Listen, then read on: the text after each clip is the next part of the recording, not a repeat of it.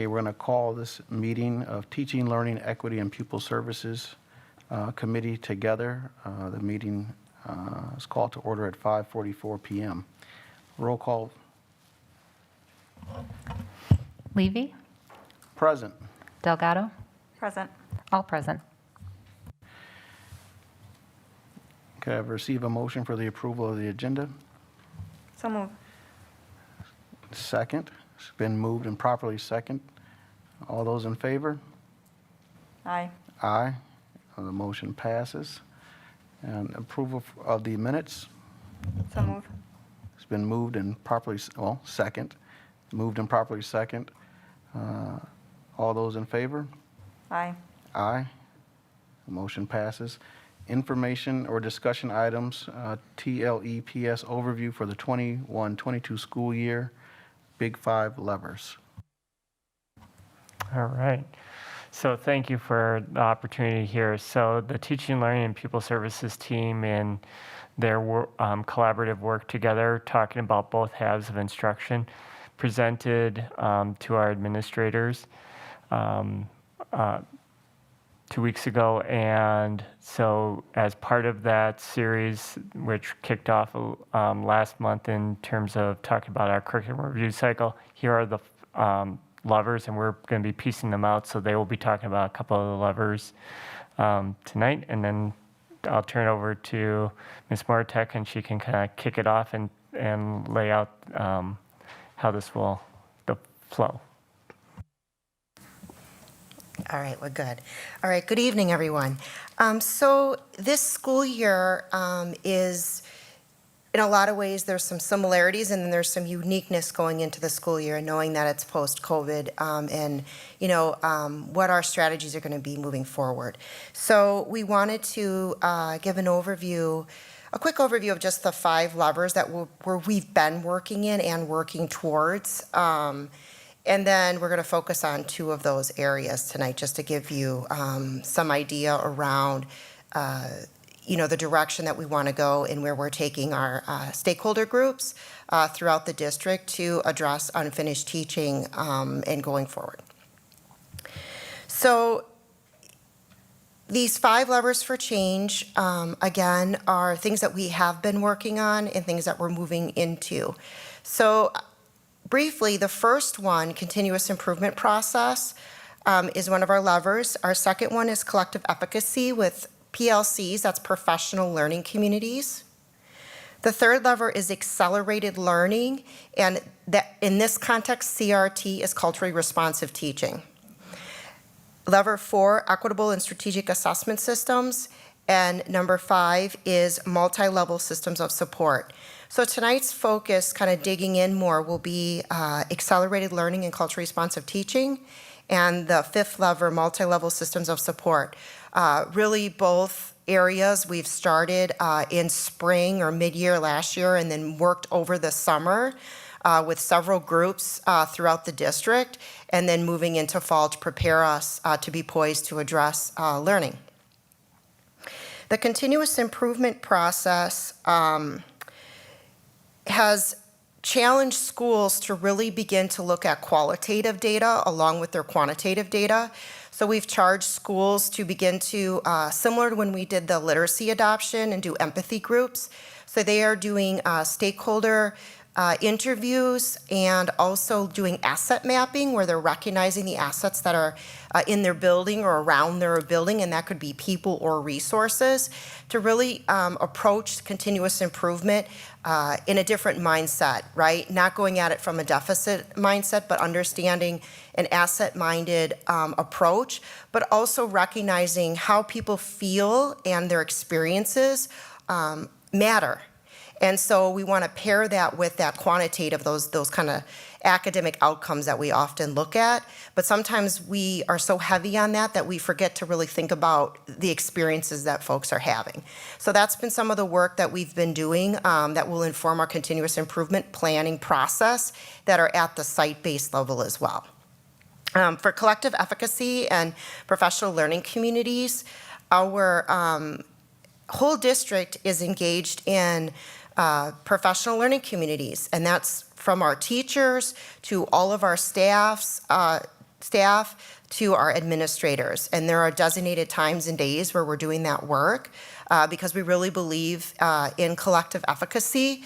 Collective efficacy is a proven strategy. It has one of the largest effect sizes on student outcomes, and that comes from John Hattie's work, Visible Learning. And so when people believe in the students and they believe that collectively together they can make a change, you start to see that change. So that's really what collective efficacy is all about, and we've been doing various PDs around that. We actually have a book study group that's engaged in that work that includes 4 administrators at this time with the authors. So that's been exciting. Accelerated learning and culturally responsive teaching addresses how we are designing our learning going forward. Those committees and that work started in spring. We had all district staff, teaching staff engaged in identifying priority standards. And once those teams did that, we moved into summer design teams with our content leaders that are here tonight, leading those groups. We had around 100 teaching staff helping to design that work this summer, moving into fall, so that we will have a launch of a curriculum warehouse to build coherence across the district in our teaching and learning. And Dr. Grorud will go into that in just a minute. And then equitable and strategic assessment systems. We are thinking what that looks like, how we can offer kids multiple opportunities to demonstrate proficiency. Also identifying with our new materials that are coming, where there are assessments that already exist so that if we have any redundancies, we can sunset some of those redundancies to maximize instructional time, and really a heavy push on common formative assessments. Again, that work will happen over the year with our district professional learning communities as we're building out our content and scope and sequence work. And then that last piece, really proud of this work.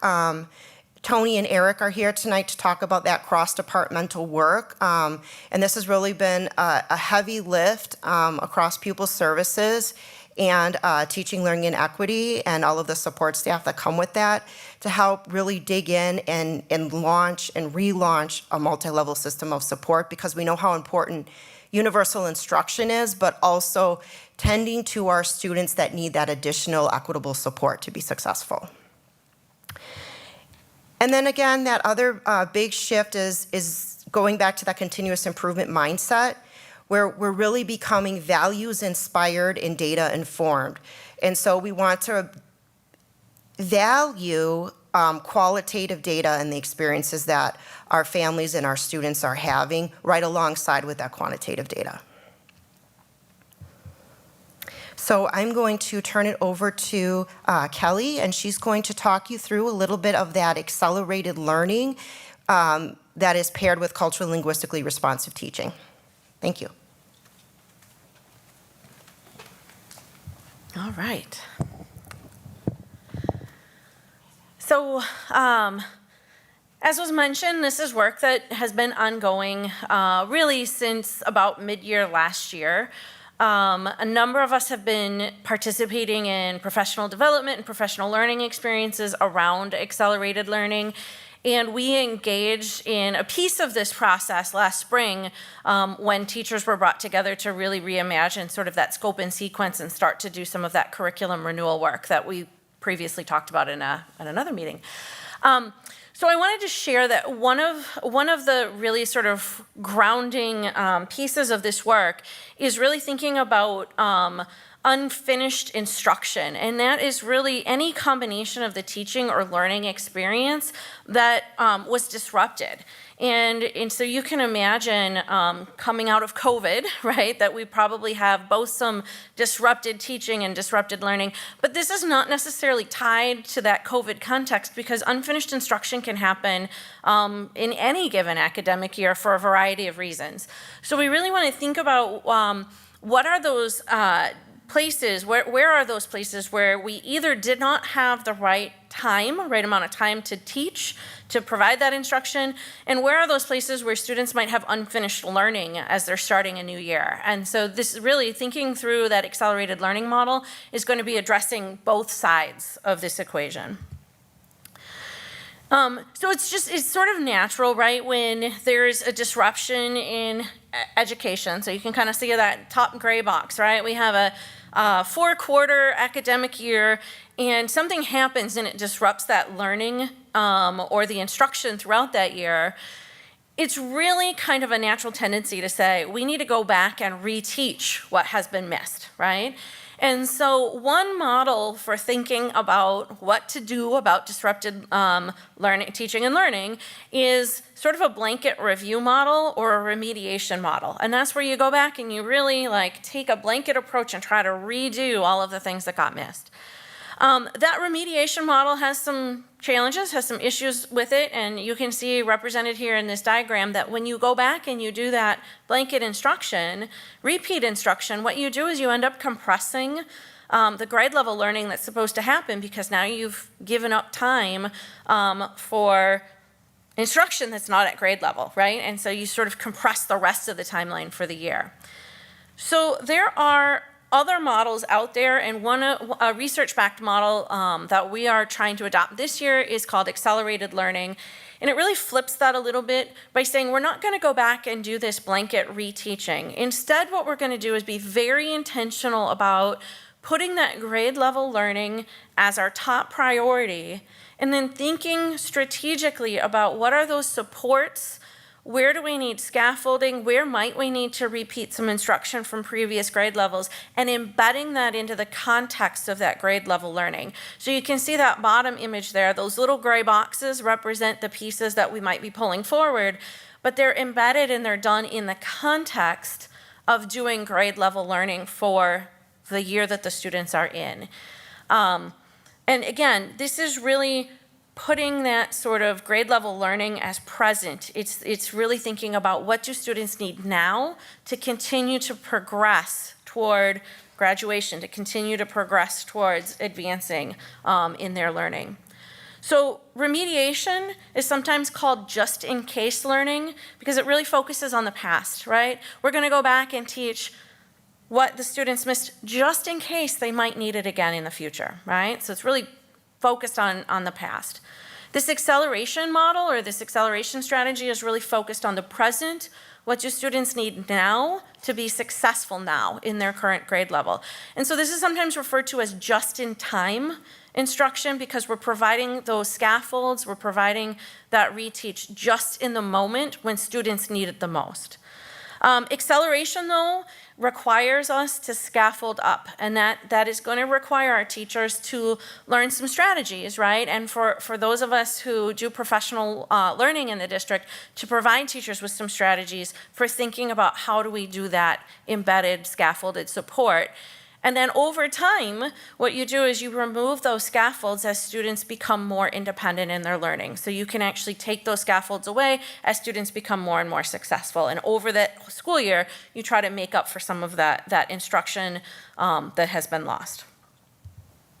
All right, we like this visual. We've been passing this visual around in our department for thinking about the differences between that remediation and the acceleration model. Remediation is kind of like filling up the cup, right? So you're trying to put back all that's been lost, and really we don't have the right amount of time to do that. So instead, acceleration is really more like building a net, where you're trying to capture the major concepts, the major pieces of learning that may have been missed in the past or need to be reinforced in the present so that we can continue to move that grade level learning forward. This is a resource that we provided to our administrators at our Admin Academy days that really thinks about how do we do acceleration. So it's one thing to know what accelerated learning is, it's another to really think through what are those steps that we need to take in order to get there.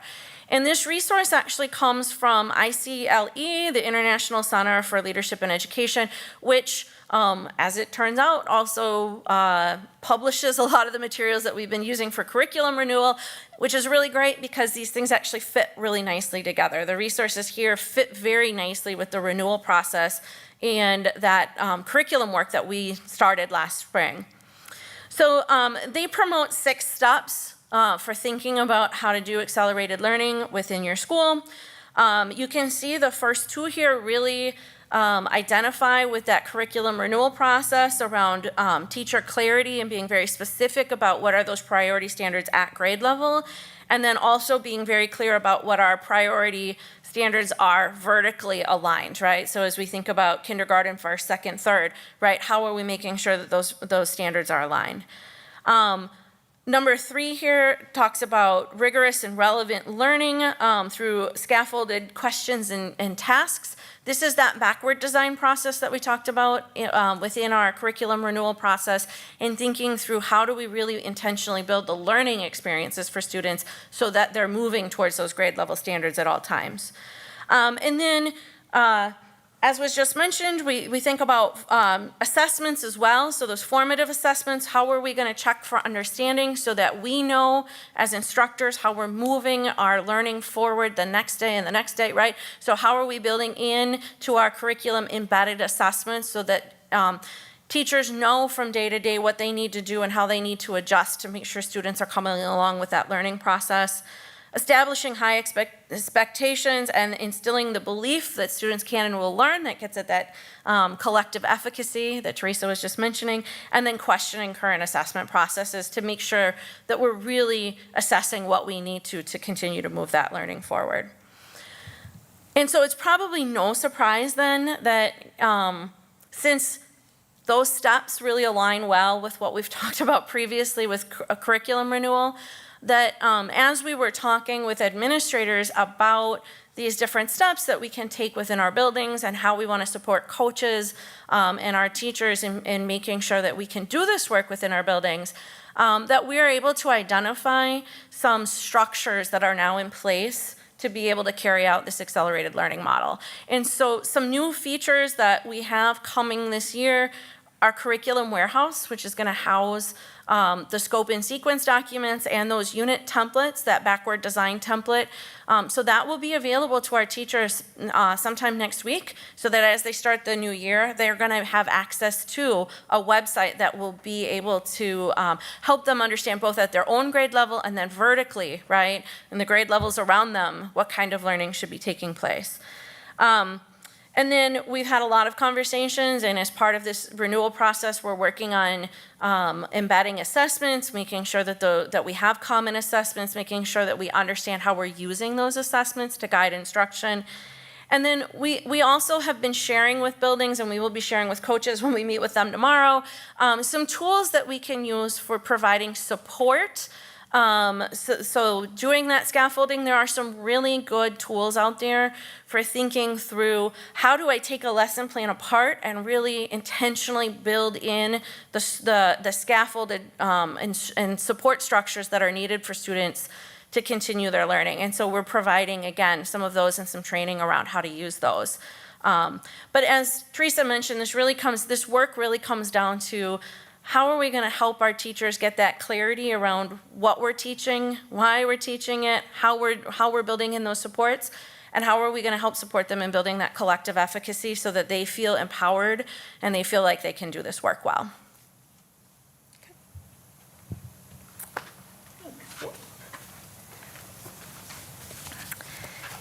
Okay, so like Teresa said, the next level 5, is our MLSS system, otherwise known as our multi-level systems of support. So implementing an equitable multi-level systems of support means providing equitable services, practice, and resources to every learner based upon responsiveness to effective instruction and intervention. In this system, high-quality instruction, strategic use of data, and collaboration interact within a continuum of supports to facilitate student success. Schools provide varying types of supports of differing levels of intensity to proactively and responsively adjust to the needs of the whole child. These include the knowledge, skills, and habits learners need for success beyond high school, including developmental, academic, behavioral, social, and emotional skills. So this has been a collaborative effort between teaching and learning and pupil services. A lot of work has gone into it, so I'm going to pass it off to Eric and Tony to walk you through the work that's been done.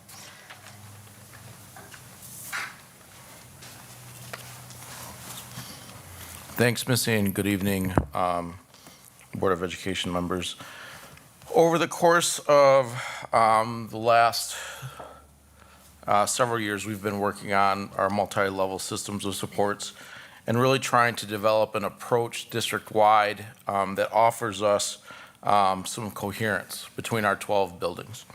And when we look at MLSS, again, multi-level system supports, we're really looking at establishing a common framework so that whether you're a teacher at an elementary level, intermediate level, high school level, alternative setting, whatever it might be, we have a standard framework from which we approach MLSS and student support.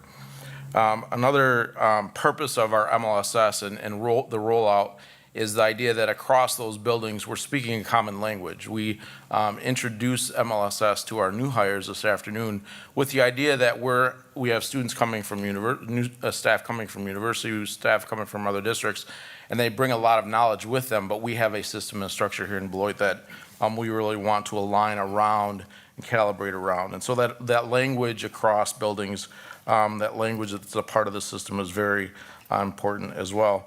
And then lastly, is really making sure that across the school district, we have practices that are consistent across buildings. You heard Kelly, you heard Teresa talk about equity across our district, and a strong MLSS system is a very important piece or component of an equitable district-wide approach to instruction, teaching, and learning for all kids.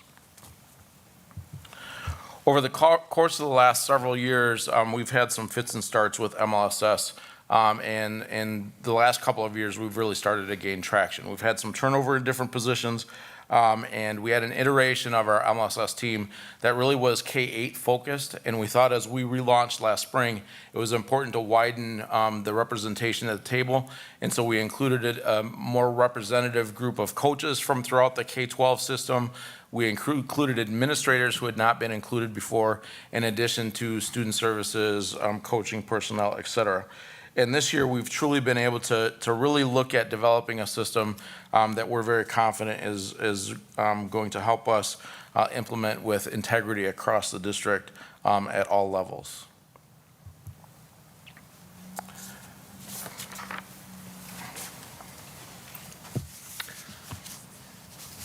So one of the first things we did was we really took some time to get some feedback, particularly from our administrators, around what hurdles they had seen over the years in terms of really rolling out a multi-level system of support with fidelity in their buildings.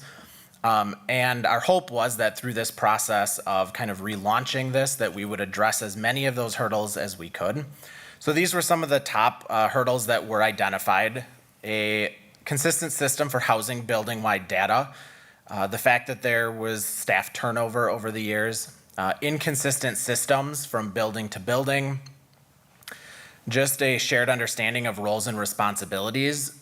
So what role do our psychs play? What role do our coaches and interventionists and our teaching staff all play in this model? A reactive versus a proactive approach. So oftentimes looking at the way that we intervene with students as being reactive instead of really truly spending the time needed in that universal instruction piece to be proactive with our students. And then again, really looking at some mindsets of staff in that collective efficacy piece. So this flow chart, which I know is a little hard to see up here, this really takes our 3 phases of the MLSS process and just puts it into a visual. So if you are somebody that appreciates a visual to help understand what you're doing and what your role is, and then how you move within the framework of this system, that's why we had put this together. A key thing to note is as we work to build consistency across our buildings, one of the big things we focused on was consistent teams and using common language around those teams. So the gray boxes on the far right just kind of outline the core teams that we would expect all of the buildings to have in regards to MLSS. And that is a building-wide data team, a student intervention team, which is referred oftentimes in our buildings as a SIT team, grade level teams, which really come together during the professional learning community times, and then a PBIS team, which their focus is around the social emotional supports and behavior within the buildings. So if we take a look at phase one, this really is that universal level. So the classroom teacher is doing a lot of the work during this phase. They're focusing on strong grade level standards-based and universal instruction. They're really focusing on their local data. We stressed with our administrators and the core team that did this work throughout the year about how important it is for our district to focus on the lowest quartile of our students here in Beloit, not necessarily being concerned around what national norms may be saying in regards to some of the assessment tools that we use. Those screening assessments, so the individual reading level assessment, which is embedded in that new ARC, the reading curriculum.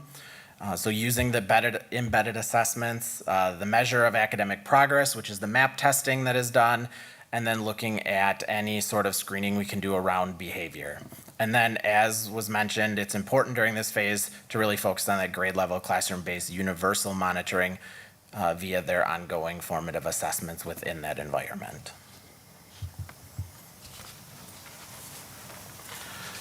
So another part of our relaunch of our MLSS, multi-level system supports, is again developing those systems and structures that allow coherence across the system. I think a lot of people in education have suffered over the last 5 to 7 years from kind of Google land, where every document is living in Google, and there's sometimes lack of structures and consistent protocols across buildings for doing very similar work, even across levels. So we've started working on some smart forms using the EduClimber platform that all of our staff have access to that will allow us at the kindergarten level all the way through the high school level to keep data on students in a very calibrated, very consistent manner so that data isn't being not taken, isn't lost, isn't inaccessible to our staff, to these SIT teams, MLSS data teams that Eric was referring to. We really feel this is an important part of the process that will allow teams at the very basic classroom level, grade level, building level to really analyze their data in new and innovative ways that really address student learning needs. As we transition to phase 2, you heard Eric talk about the importance of universal instruction. And when we spent tons and tons of time over this last spring into the summer, really trying to work hard to establish guaranteed and viable curricula across the district. And that's really the starting place, because if we are able to ensure that all of our students are being held to the same standard as far as grade level work, that gives us a very good starting point to understand what those scaffolds that students are going to need are going to be. And that's really why the use of curriculum benchmark assessments, a lot of formative data, in addition to those standardized assessments, the MAP tests and some of those other things, gives us a great data picture that allows us to really understand at a deep level what students need in that just-in-time context to help them move forward. And that's really the job of the grade level team. When teachers look at their classroom data and they're wondering how they can help a student progress, they're not on an island by themselves. And that really offers an opportunity when we're having those grade level meetings for those grade level teams to get together and share practice, to share their interpretation of the data, to share work samples, strategies, all those kinds of things. And that's really where, at the tier 2 level, before a student even is slated for any kind of intervention, we're really focusing on differentiation and scaffolding up, as you heard Dr. Gruber talk about. As students continue to progress, however, there might be instances where we do have to step into a more prescribed tier 2 intervention. And so now we've got the structure where the classroom teacher has worked with their grade level to work through that decision-making process, and they're going to be able to really look at specific and targeted actions that have happened to date that have not yet helped that student gain traction, use those scaffolds to develop or move toward that proficiency. And so that's where we start to transition now to phase 3. So if the grade level team has administered some differentiated instruction within the classroom, has administered some more specific tier 2 targeted instruction, that student will either exit the tier 2, they'll get a different tier 2, or then they may be moving to phase 3, which Eric will talk about next. So in phase 3, if the grade level teams had determined that a student had not been successful in multiple tier 2 interventions, they would then refer the student to their building student intervention team. And that student intervention team would really then take a chance to look at all of the data that's been provided. This is going to be where those smart forms in EduClimber will really be useful, because at this point then not only would those have been populated with the data we have of the student throughout the year and previous years, but the grade level teams will have been able to input current data around the interventions and things that they've tried both in phase 1 and in phase 2. And the student intervention team will then work together to determine what needs to occur. They may determine that an additional phase 2 or tier 2 intervention would be needed or important, and they would go that route, or they would say potentially that a tier 3 intervention would be needed. If tier 3 is needed, then they would navigate that process. They would progress monitor, again using EduClimber, so that we have that one-stop shop for all of our data. And based upon the information and data collected from that tier 3, they would determine, is the student started to make gains enough that they could go back into tier 2 supports, or would they need potentially another tier 3 intervention and enter the tier 3B process? Ultimately, in this phase, if a student continues to not make progress, then this would be the level that, if it is appropriate, that they would seek a special education referral. So when we talk about the integrity of implementation throughout the district, the things that we're really focusing on is making sure that we're presenting this to building level staff for familiarity and inclusion within the building and district level systems. So we've worked with administrators in relaying all of this information onto them. Tony and I are then going to work to find time coming up to calibrate with the building administrator, their school psychologist, the instructional coaches, potentially interventionists, to get all of them on the same page so that then they can relay the information onto their general staff overall. We're working to develop internal systems for monitoring and adjusting based on building student needs, and then that district and building administrative support and oversight, which would come from our district level MLSS team, but then we can also do some check-ins and support through the continuous improvement process. So once we finished this work and kind of rollout of this relaunch, we then went back to those initial barriers that administrators had identified, and we had conversations around which of those barriers were either started to be brought down or eliminated altogether, and which are either still out there, or if, based upon the information that was shared, if there are additional wonderings. And so this is really what the administrators had come to consensus on, and that's that we still need some work in the district around that mindset and collective efficacy. We definitely have identified that we still need some additional supports around social emotional learning and behavioral supports and interventions for our students. Really working on that fidelity of intervention with clear timelines monitored by the student intervention teams and the multi-level systems of support data teams. Making sure that all staff that are implementing the interventions are doing so with the frequency and duration that is expected for those interventions, and that the administrators in the building are aware of those so that when they check in on staff, they can help determine whether or not they're meeting those interventions with fidelity.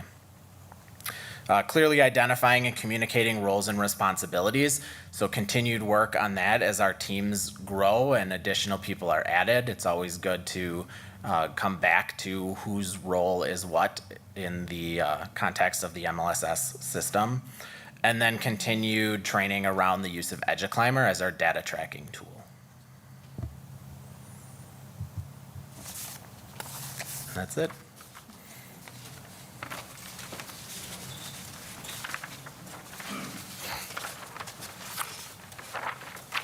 Thanks, guys. So I believe we have some time for questions. Board Member Delgado, I'll give you the privilege. So you said that this started since last school year, correct?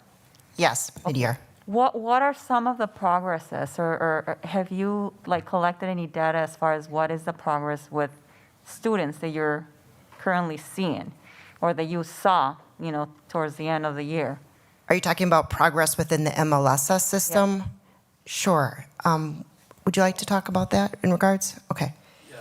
We're kind of we're going to be implementing, we've been in design of this system relaunch over the course of the last several years. So this will be implementation year one, Okay, so essentially, it's of not- the revamped, calibrated MLSS, yes. Okay, so it's not currently like implemented together? There are, like the student Students. intervention team, MLSS data team, a lot of those structures are in place in different semblances across the district, but we're trying to calibrate and tie the whole system together so that whether you're at McNeil or Todd or the high school, the language, the systems, the structures are all very consistent across the building. So we will be implementing that this fall. Okay, Okay, it's been a little, because we haven't had that guide to calibrate, that's really, what this is starting now. yeah, consistency is very, very important. Absolutely, And I absolutely. think, if it's across the whole district, not just in individual schools, Well, it's gonna Yeah. help out a lot.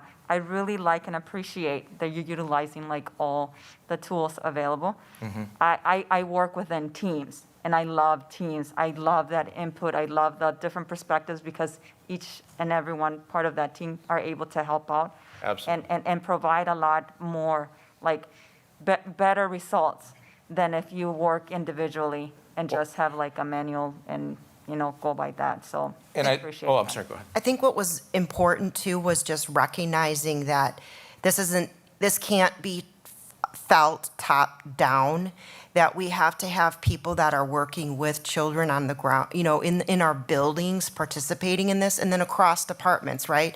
So we have the perspective of the psychologist, the perspective of the interventionist, the classroom teacher, and then people at the district level working together to identify the system and then people's roles and responsibilities within the system. And so that's the work I think Missy can speak to too, just being here longer than I have been, that we're proud of. And we're looking forward to seeing that consistency of, and even the progress monitoring, taking that to EduClimber, and then not just promoting the structure of the teams to do that ongoing progress monitoring of our students and their success, but then having that district kind of piece too, to look in at a bird's eye view down on that progress monitoring as well. Absolutely. So important to have those different lenses applied. Yes. When you're working with kids. There was one other thing that I really liked, and I just lost it. Yeah, So. I was just going to add one other thing. It's a beautiful, I don't know how many times in 20 years in the district I stood up here with Missy Beavers, but this feels good. The idea that teaching and learning and pupil services, it's not theirs, it's not ours. We're all, and that sends a great message to the buildings also, because as the administrators present this, we expect their shoulder partners to be their school psychs and the people on their MLSS data teams to really help the teachers and the staff understand that they're all part of this process and they all own and contribute to this process. So that's very important for us as well. And we're trying to model that. We really are. Absolutely, and just like the board is part of, we're all in it together. Right. I mean, we're in it for the same purpose. The other thing that I wanted to mention was, I appreciate data, I like data. However, it's not the only thing, it's not the only driver. There's so many other things that, that drive outcomes, so I do appreciate that it's not only data-driven. Right. So thank you for your work. A question, I know this could differ depending on what specific building, but who are the students in the lowest quartile in our district? If we're looking at, like, when we look at our school, our DPI report card and those assessments, name the students in our district that are at the lowest quartile, the ones that should be focused on. Sure. And again, I am newer to the district, but I think it's been historical. And when we look at the outcomes and some of the unequal academic outcomes amongst our students. So you could look at all of our social demographics and see it as students with special education needs. You could see it with our students that are our highest poverty. You could also see our Black and Brown students. We do have when we think about intersectionality, which goes back to when we were doing our board updates in like our literacy board goal, that when you begin to think through intersectionality, that our Black male students continue to have unequal outcomes. But again, there's overlap there as well from those other groups. Our English language learners is another group. Is that? Yep. Okay. So that was not a gotcha question, Okay. but that the purpose of the question is so that, you know, it was in the presentation to focus on those students at the lowest quartile. That also things need to begin to be explicitly stated from my perspective. I'm just one of 6 board members at this time. But those are things that are important because I think in the presentation, some things that I appreciated in the presentation was, go back to the slide, like with the 2019 slide, we kind of talked about the implementation, how this has been developing over the years. And so when you say pre-2019, I was a part of the district pre-2019. And for me, I think the greatest concern that our public has to understand, and what I would want our professionals to understand, is the longer it takes us to begin to do the things that matter, we're not achieving things for students. So I'll go back to 2006. That's when I was an assistant principal in Beloit Memorial High School, and have gone on past that. And when we think about some of the things that we're talking about today, those are the concerns that led me to seek to become elected to our school board to provide stability so this type of work can happen. So when you look at, you know, where we're at before this pandemic, and coming out of this, it'll create an opportunity for us to kind of like level set and begin again, because everything that happened is behind us and everything that we're doing is forward. But I'm appreciative of identification of tools, because common tools had not been in place in the district. And the question I have is, along with the common tools, I hope that you are developing the common processes and protocols so that when adults come together for collaborative work, they know how to work together, so that the tools can be used to examine the student data. You know, PLC is a common word, but without the action research, without the identification of the standards, and then coming back to assess those standards and see how our students performed, and then getting back to that space, all of those things, the tools and the structures are one thing, but the process and how people begin to work and use them, and because it's like opening a Monopoly board. Everyone might play differently, but how are we gonna play together in this district? What are our house rules? That those are things that I'm interested in knowing that have been developed and that they'll continue to be developed. Because when we look at that student data, either we're looking at reflection, that it's already happened, there's nothing we can do about it, or we're looking at it for projection. Correct. That based on these things, there's more that we can do, and we can begin to position our students and our staff for success. And lastly, well, 2 more things here. But when I asked you to identify those students at the lowest quartile, that's why I have a distinct concern about what our communication in the district is about equity and race and achievement and those understandings for our diverse community. Because if that's where if those students are at the lowest quartile, then what can we do? How is our staff being prepared to service the families and students that make up the school district of Beloit? Because all those processes are there, but go back to the slide you mentioned, collective efficacy.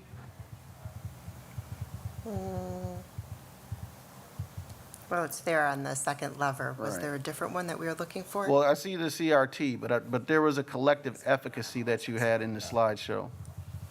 About concerns, the hurdles of the, Oh, got it, okay. it's on the first one.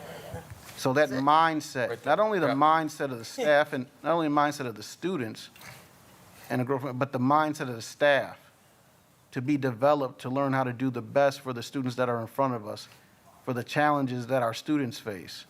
You know, we have all achieved and we're adults, but we have to do things for our students. Students are more than data, but data for students does change their lives. Because I was college ready when I was 18, and I had the appropriate, I had an administrator that cared and said, here, fill this out. You know, my 23 on the ACT earned me a full academic scholarship to Mississippi Valley State University, full room, board, tuition, and fees. And all I did was take a test with the knowledge that I had gained from teachers in the school district of Beloit. But because I was able to pass that test, pass the praxis exam to become a teacher, pass the praxis exam in Ohio to have a principal's license, that's a demonstration of our kids are more than a test. Sometimes they're not going to hit those scores, but there are standardized achievement that they have to achieve in life to do the things that they want to do. I need that message to be understood, that now that we have a process in place, and it's taken a long time in our district to develop that, to say this is the ground level, we're going to run from here.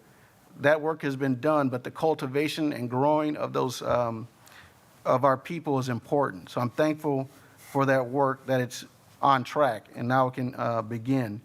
And that system for housing data, we're using EduClimber, but like I said, that the structures and the teams and the process.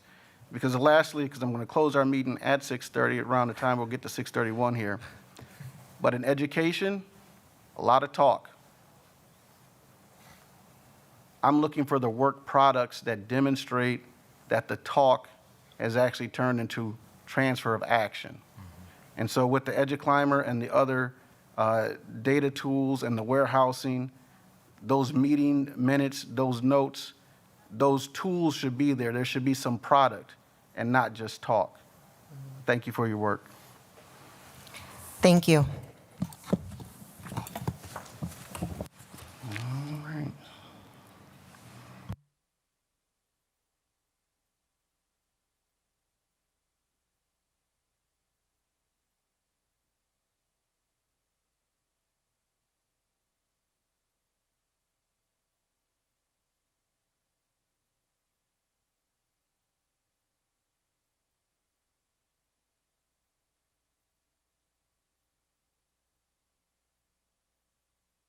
All right.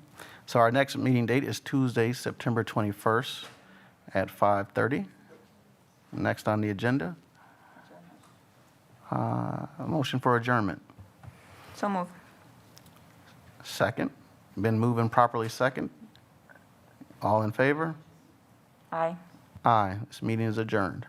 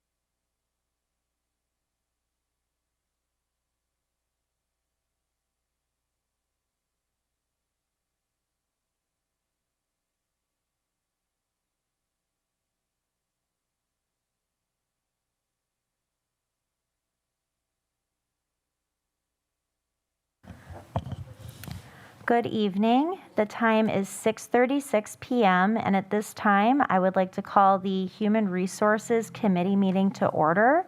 Ms. Miller, may we have a roll call, please? S. Levy, Present.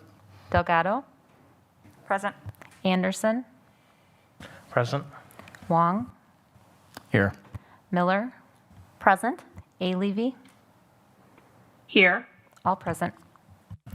Thank you very much. Would anybody like to make a motion at this time to approve the agenda? So moved. Second. We have a motion by Levy, second by Delgado. Any discussion? All in favor, please say aye. Aye. Aye. Aye. Aye. Are there any opposed? All right, motion passes unanimously. At this time, would anybody like to make a motion to approve our minutes? So moved. Second. Motion by Levy, second by Anderson. Any discussion at this time? Hearing none, all in favor, please say aye. Aye. Aye. Aye. Aye. Aye. Aye. Any opposed? Okay, motion passes unanimously. At this time, that brings us to employment recommendations, and I would like to move to convene the Human Resource Committee into closed session pursuant to Section 19.85, Parent 1, Parent C of the Wisconsin State Statutes relative to considering employment, promotion, compensation, or performative evaluation data of any public employee over which the governmental body has jurisdiction or exercises responsibility. May I have a second? Second. Okay, we have a motion and a second. Any discussion? Hearing none. Ms. Miller, could we please get a roll call? S. Levy, Present. Anderson, Aye. Aye. Delgado, Aye. A. Levy, Aye. Wong, Aye. Miller, Aye.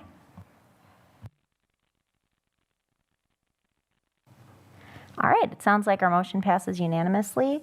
And at this time, we will be convening into closed session and we will return. Thank you.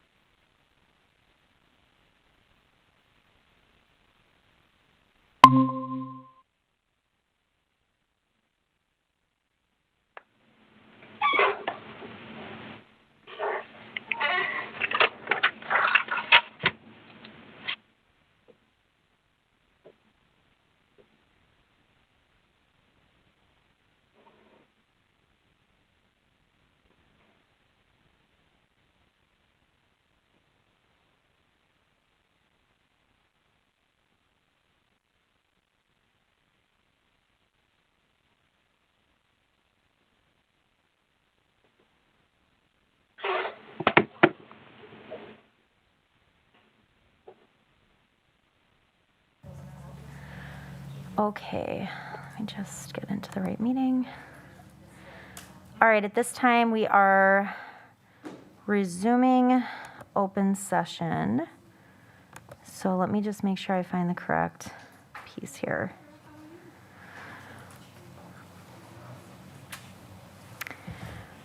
All right, at this time, and actually I just want to clarify, because I didn't see it on there. I'm looking for the recommended action language. Is that, where's it? Oh, further down here. Oh, there it is. Okay. At this time, we're back in open session. We're still in the Human Resource Committee meeting. At this time, I would accept a motion to move approval of the employment recommendations, Exhibit A and B, as discussed in closed session. I move approval of employee recommendations Exhibit A only. Do you want to do that as discussed in closed session, Board Member Levy? Oh, absolutely, as discussed in closed session. All right, at this time, there's a motion on the table that has not yet been seconded to move approval of the employment recommendation, Exhibit A, as discussed in closed session. Is there a second? Second. Okay, we have motion by Levy, seconded by Levy. Any discussion at this time?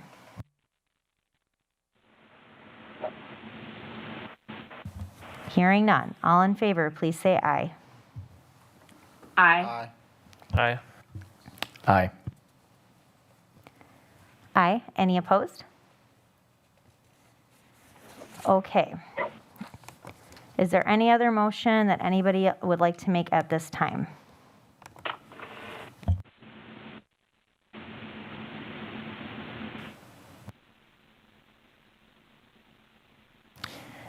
I'd like to move approval of Exhibit B as, did we discuss it? Yeah, as discussed in closed session.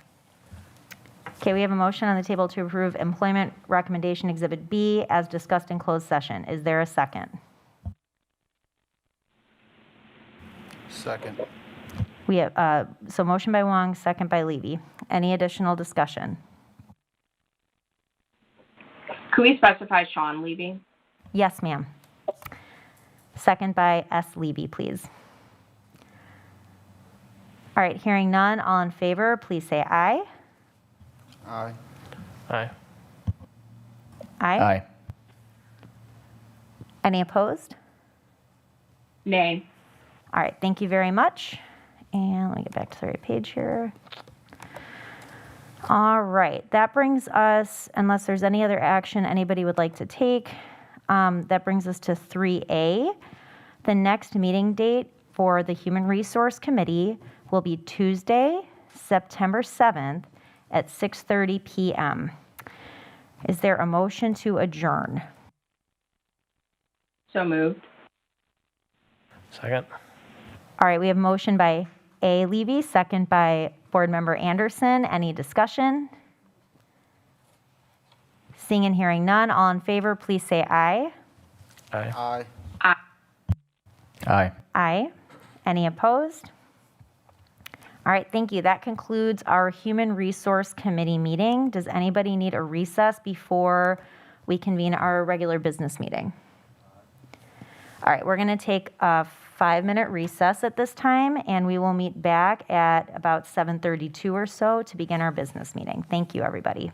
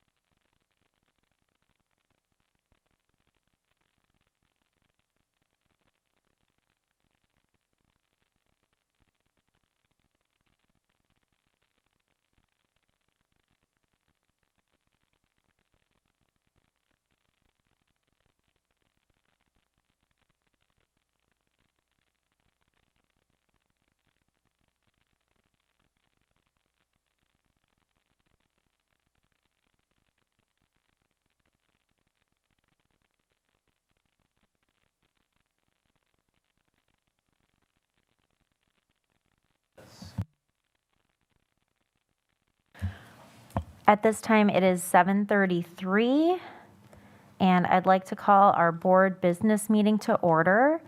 I'd like to take a moment to announce that the Board of Education would like to let our families and viewers know that our regular board meetings are being simultaneously interpreted.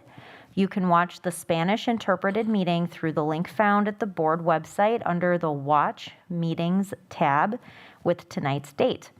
In order to accommodate this interpretation, we will be monitoring the pace of our meeting to allow time for the interpretation, and I would like to remind our board members and others speaking to please speak one at a time. Thank you so much for your consideration and understanding. At this time, Ms. Miller, may we have a roll call? Delgado, Present. Anderson, Here. Wong, Here. A. Levy, Here. Miller, Present? S. Levy, Present. all present. Thank you very much.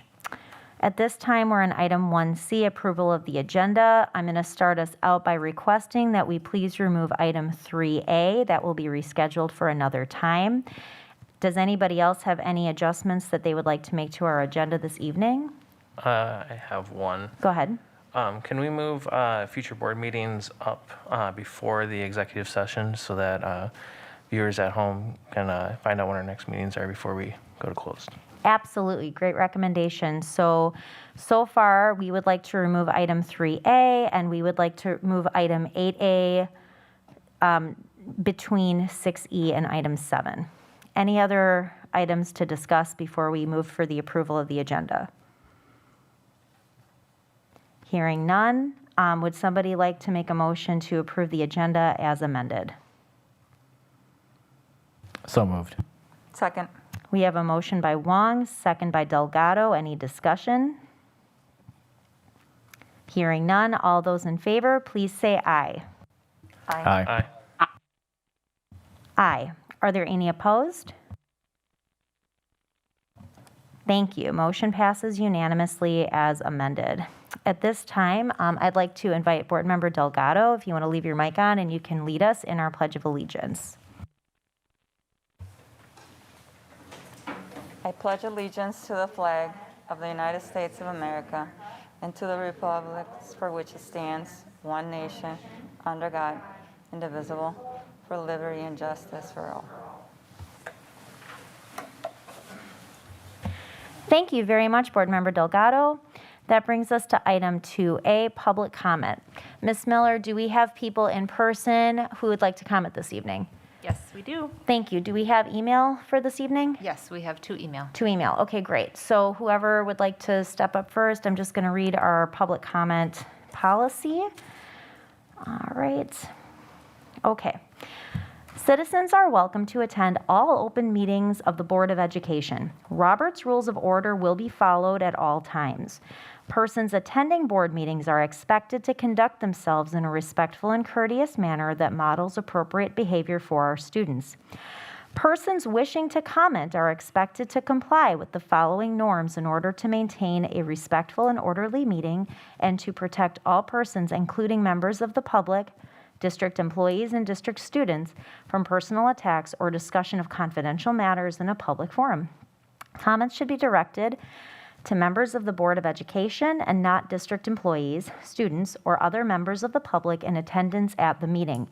Comments that attack any individual personally or professionally or are derogatory or demean others will not be tolerated. Personnel matters or concerns regarding specific district personnel are not appropriate topics to be addressed during an open meeting and should be handled in accordance with district policy and procedures. Concerns or questions regarding students will not be allowed. Comments regarding another individual's membership in a legally protected class, i.e., race, sexual orientation, religion, etc., is strictly prohibited. Response from the board will be limited to clarifying inaccurate information, seeking additional information from the citizen, or acknowledging that the citizen has been understood. The board will not debate with the citizen, and the board may not take action on an item raised during public comment that is not on the meeting notice or agenda. The chair will interrupt and rule a citizen who violates any of these norms out of order If ruled out of order by the chair, the person's opportunity to address the board will end immediately and the microphone will be turned off. A citizen who violates these norms may be restricted from making public comments at future meetings. Thank you for your participation and courtesy. Please remember that this meeting is being interpreted for our Hispanic families. Dorothy Harrell.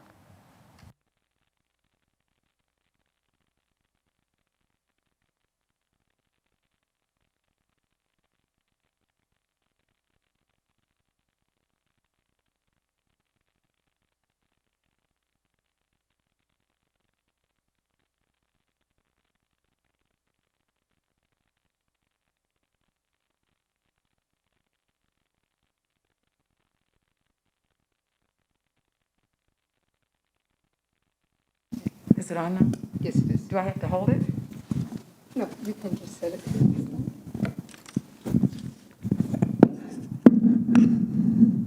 Thank you. Thank you very much, Joanne. Good evening. My name is Dorothy Harrell. I reside at 2284 Boulder Court in the city of Beloit.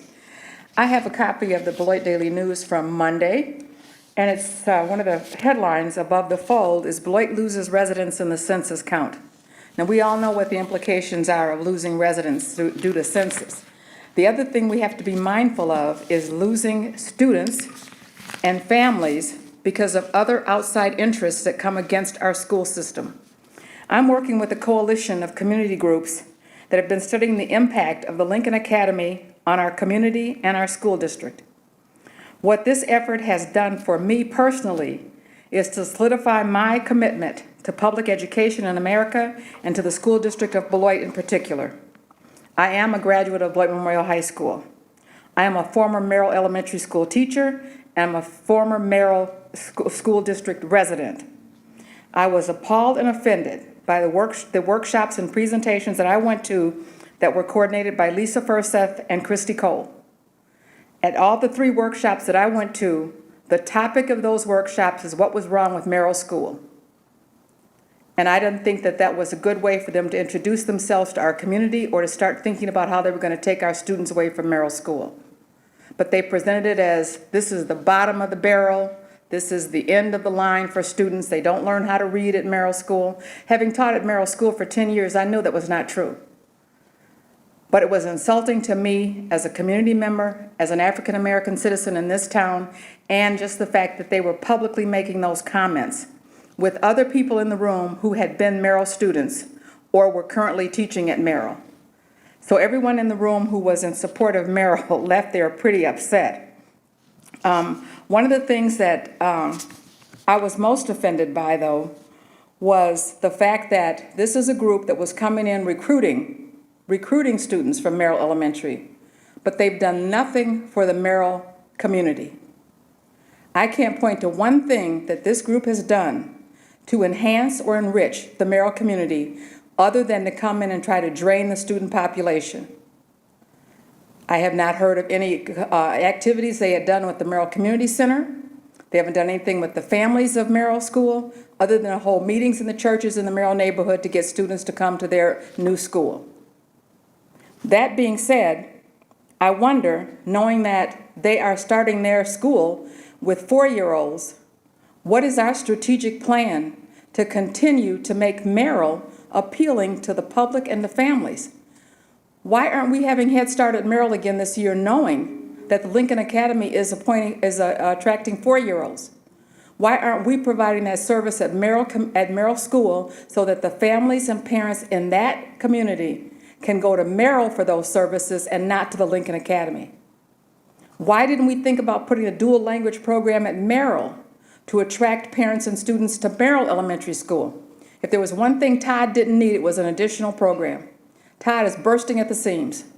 So why would we do that? I'm still trying to figure out what our plan is. If we know that Merrill is being drained, if the primary purpose for the Lincoln Academy is to take students from the Merrill neighborhood, why or what are we doing to enhance Merrill, to make it Merrill Elementary School attractive to the neighborhood in which they reside? We could bring people in to attend school at Merrill too. Another critical issue that I want to address is staffing. Ms. Harrell, I'm so sorry to interrupt you. Is there somebody that you brought to share time with? Because we're at the end of our 3 minutes. I can't even hear you, Megan. I am so sorry. We're at the end of our 3 minutes. Did you bring somebody to share time? No, I did not. I am so sorry. I would just say the other thing I think we should talk about is staffing, and I'll come back at your next meeting to discuss that. Sounds Thank great. you. And feel free to forward it us if you have an email or something. We'd all be happy to read as well. Thank you so much for being here this evening, and thank you for your comments. Ms. Miller, did you have another? Greg Schneider.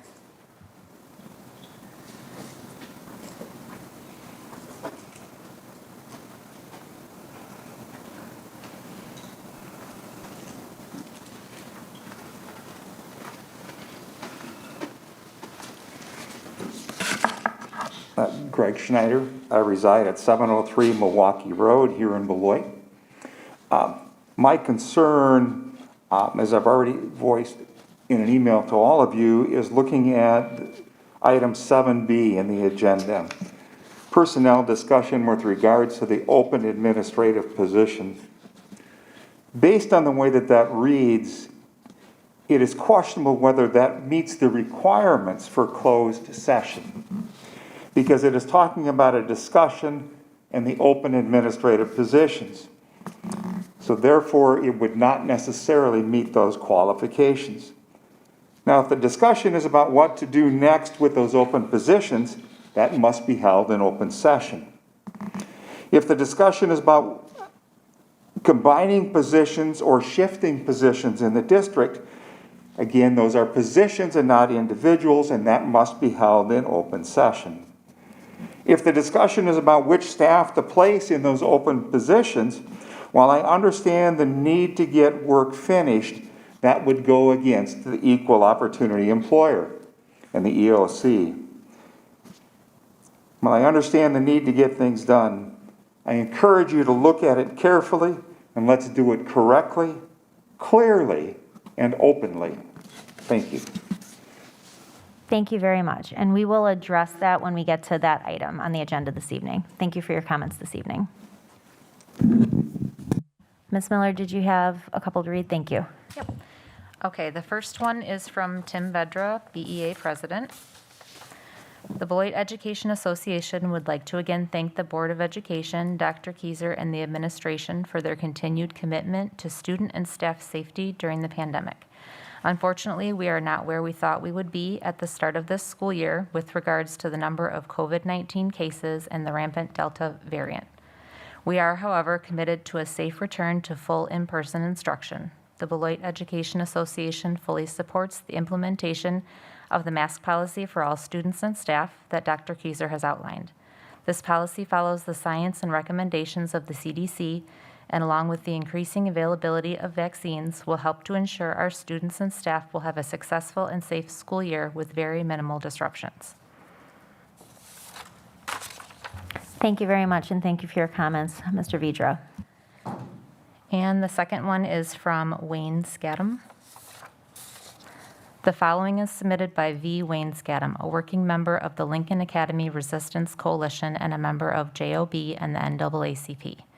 As a community, it is vital that we address the root cause of declining enrollment as a result of school choice and privatization of secondary education initiatives like Lincoln Academy, with the goal of stopping the drain and decline in enrollment within 3 years.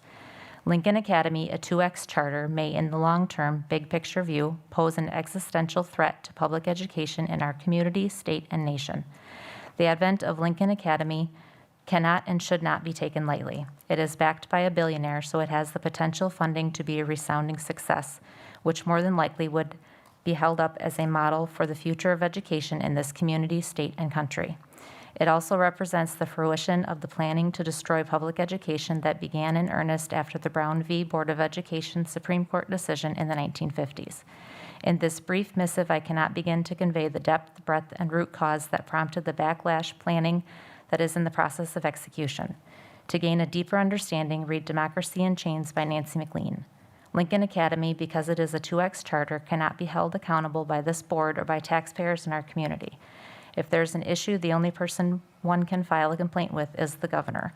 That is the only oversight available to us concerning the education of our students. If billionaires can fund the development of spacecraft and fly themselves to the great beyond, can they not also subvert public education? For the sake of all of our children's futures, we must stand together to protect and improve public education in our community. How? Our coalition stands ready to help foster and build partnerships with businesses, Beloit 200, parents, and community to advocate for increased funding for transportation support, student involvement, academic achievement, especially early reading, and student services, full-time counselors, social workers, and school psychologists within the next 3 to 5 years. In summary, our coalition of community organizations is seeking to collaborate with the board and school administration as full partners for the sake of our children's education. We wish to continue meeting with the school board and administration on a regular basis. We also request that each of our coalition partners have one representative to work on the development of the Beloit School District Strategic Plan. Thank you very much, Ms. Miller, and thank you very much, Mr. Scadam, for your comments this evening. Does that conclude public comment for us this evening? Yes, it does. All right, thank you, and thank you for all those who submitted a comment.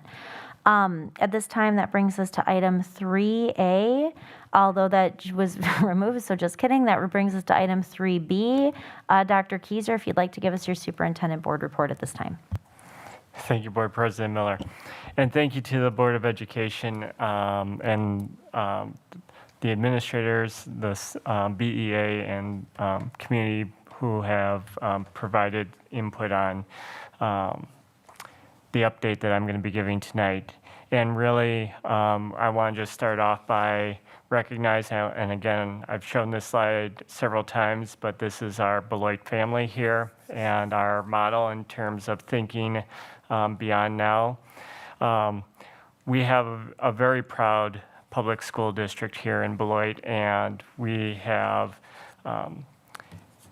traversed a lot over these past 18 months, and for our return coming this fall, we are so thankful and excited to be hearing from our families and from the students, excited to be coming back in just about 2 weeks. We really are working hard for the return to have the opportunity to change the narrative and really talk about all of the things that we don't celebrate nearly enough within our district, and take the opportunities through our committee work and through our board work to highlight all of those successes. Talking about reimagining that school experience and really talking about it in terms of a place of thriving and achievement.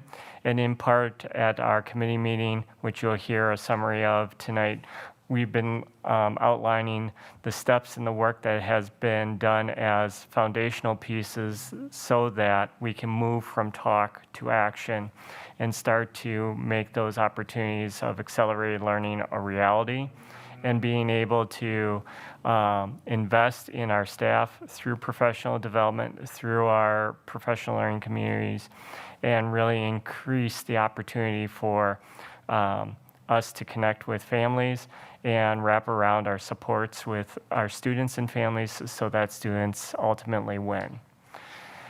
I'm going to provide just a couple of slides here, and I'm just doing it as a then and now situation. So on the left-hand side, you can see what I presented to the board through my updates and my presentation and formal ask, and then what has changed. The biggest and the most noticeable change is that where I was at a space where we would have masks optional at the high school and BLA because all of our students and staff have access to testing. The reality is as it was stated in public comment, we're not where we want to be. And it is the most prudent action collectively that we move to start the school year with everyone being required, staff and students, that is, for K through 12, to wear masks. And that includes buses. This is actually something that's a little bit of a confusion that's out in the public because the TSA and the CDC have had varying guidance as it pertains to this, but all public transportation, which includes public busing, requires masks by all participants. So we're just universally starting off with masks, and then we can always move backwards from there. Our COVID testing has and will remain free of charge for all staff, students, and their family members. And we just received word last week that we will be working with the same vendor that we did last spring. So the nice thing is there's no change to the criterion. Ms. Babilius has been reaching out to all the principals, and as far as I'm aware, every principal has answered the call, and we will have no shortage of free testing sites for our students, staff, and family members. Vaccination, we talked about partnering with Vaccination, and the reality is that we've been partnering with both the health departments within Beloit as well as the city of Beloit. I want to publicly take a moment to thank the fire department for helping participate in the vaccination clinics at our central registration last week, and then coming up again this Thursday. And so I'm very excited that our city and our school district once again is demonstrating the partnership that we want to capitalize on and grow. Our tracing and quarantining protocols, I mentioned that this deals with symptomatic individuals, and that the length of the quarantine is not as standardized, because if you're vaccinated versus unvaccinated, whether you get a test or not get a test, all of those things lead to just simply saying, if a staff or a student is showing symptoms or has concerns, you go see the school nurse. They will take care of you, and they will give you the direction that you need moving forward. Air filtration, they are being installed currently. The first ones arrived a couple of weeks ago, and as they come in, we continue to install them. So those will be done and ready for our staff and students when they arrive. This filtration is in addition to the filtration that we did with our school nurses in isolation rooms. We did a air quality study and found that in our schools, our air quality is actually better than the air quality outside, and this air filtration will filter out all of the microscopic viruses, and so things like fans and all of that are not going to be impacted by this. So our staff and are able to bring in their fans and so forth. The biggest thing that was a outside piece back in June and July, and I'm happy to provide some guidance around this, and it's really going to be kind of like quarantining and tracing. We have met and talked about developing a district-developed COVID leave, and it is currently being communicated out. Again, similar to quarantining and tracing, it depends on if you're vaccinated or unvaccinated and all of those pieces. Again, if you have to quarantine, you reach out to HR, and they will take care of you in terms of explaining how we handle those situations based on your unique needs. And this is something that I've had conversations with the BEA and have provided some guidance so that principals and the BEA can communicate out simultaneously. Cleaning supplies and custodial clean, those are in hand, and we have more than enough in storage for this year and probably next year. So all of our protocols are going to remain in place. We have clean supplies that have 30-second dwell times, meaning 30 seconds after you've sprayed it on there, even if you haven't wiped it off, it has sanitized, and those residual effects last in the entire school week. So if you did it once on Monday, it's still sanitizing your hand touches on Friday. The school experiences are probably the biggest thing. Being in a space where we bring back our students, we are able to bring back all of the things that make school school. Field trips, guest speakers, being able to be out on the playground, being able to have lunch with your friends, as well as all of the supports that that wrap around those students. So bringing back our volunteers, our parents, our community organizations, bringing back YMCA and Boys and Girls Club and community action into our schools, partnering with our community centers like the Merrill Community Center so that our students have those rich experiences. All of those things are going to be reality come September 1st, and I'm so thankful that we're able to provide that opportunity.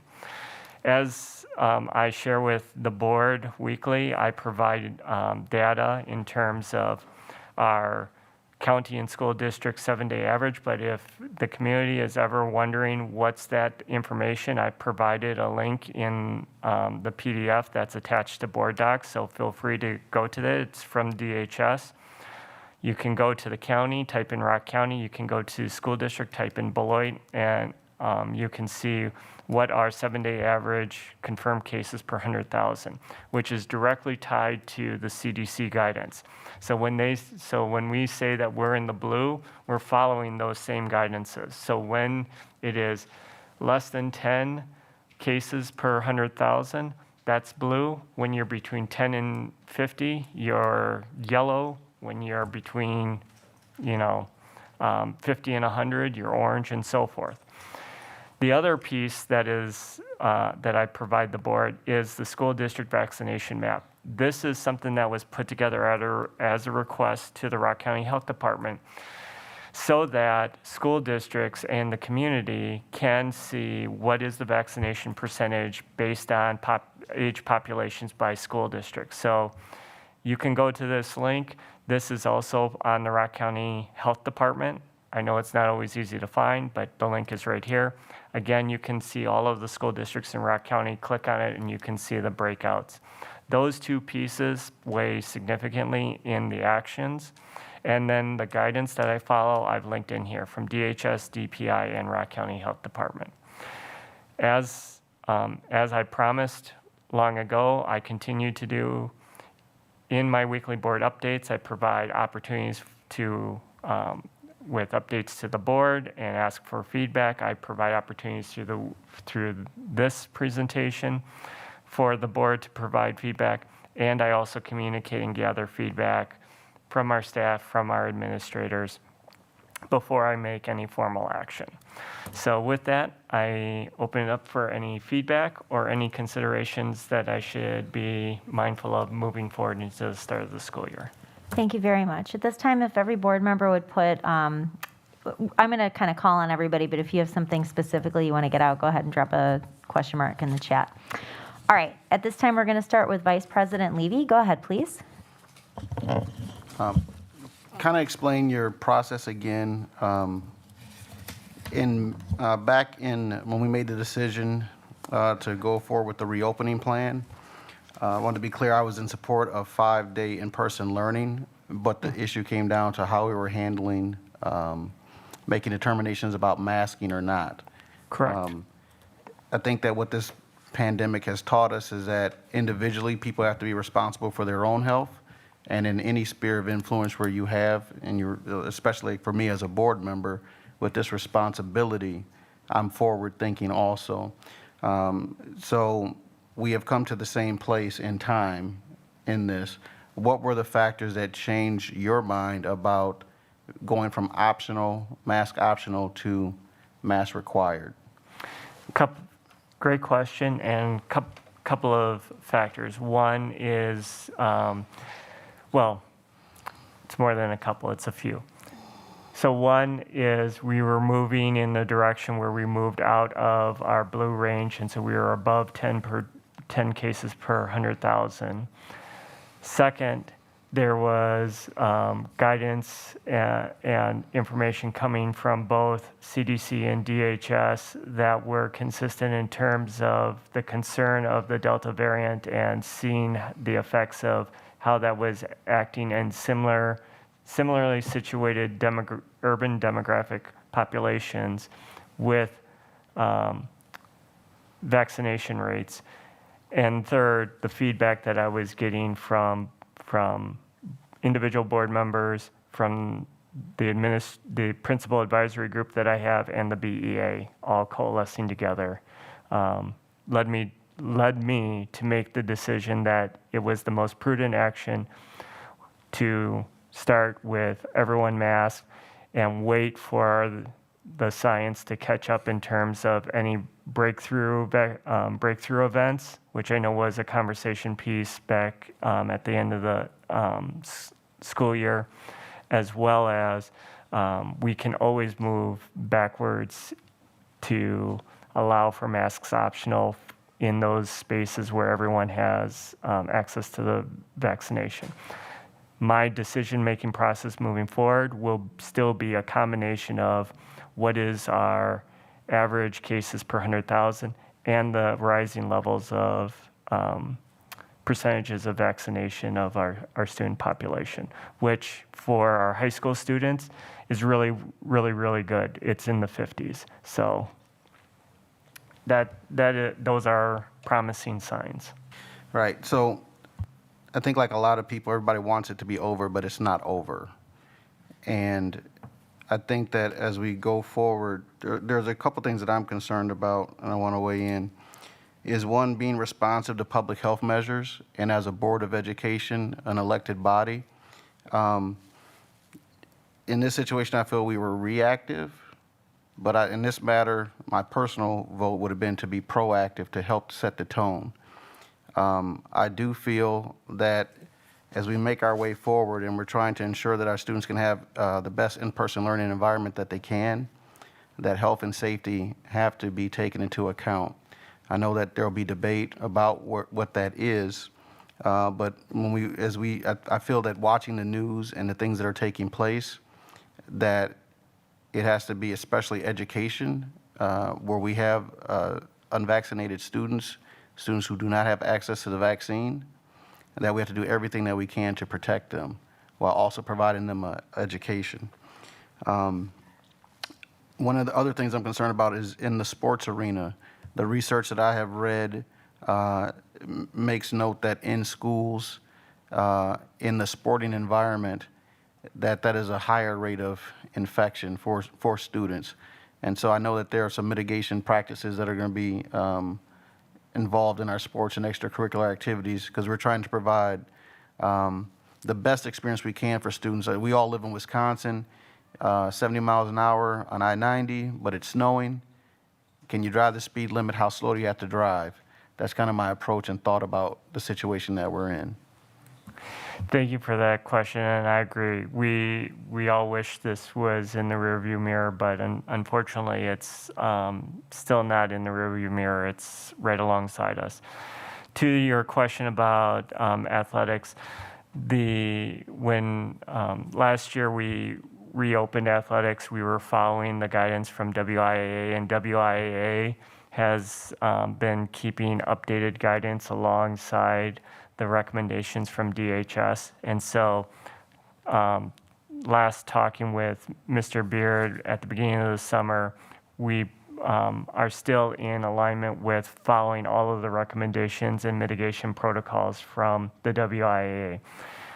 That being said, of the risk factor sports, the one high risk factor sport is wrestling. All the other ones fall into the moderate or low.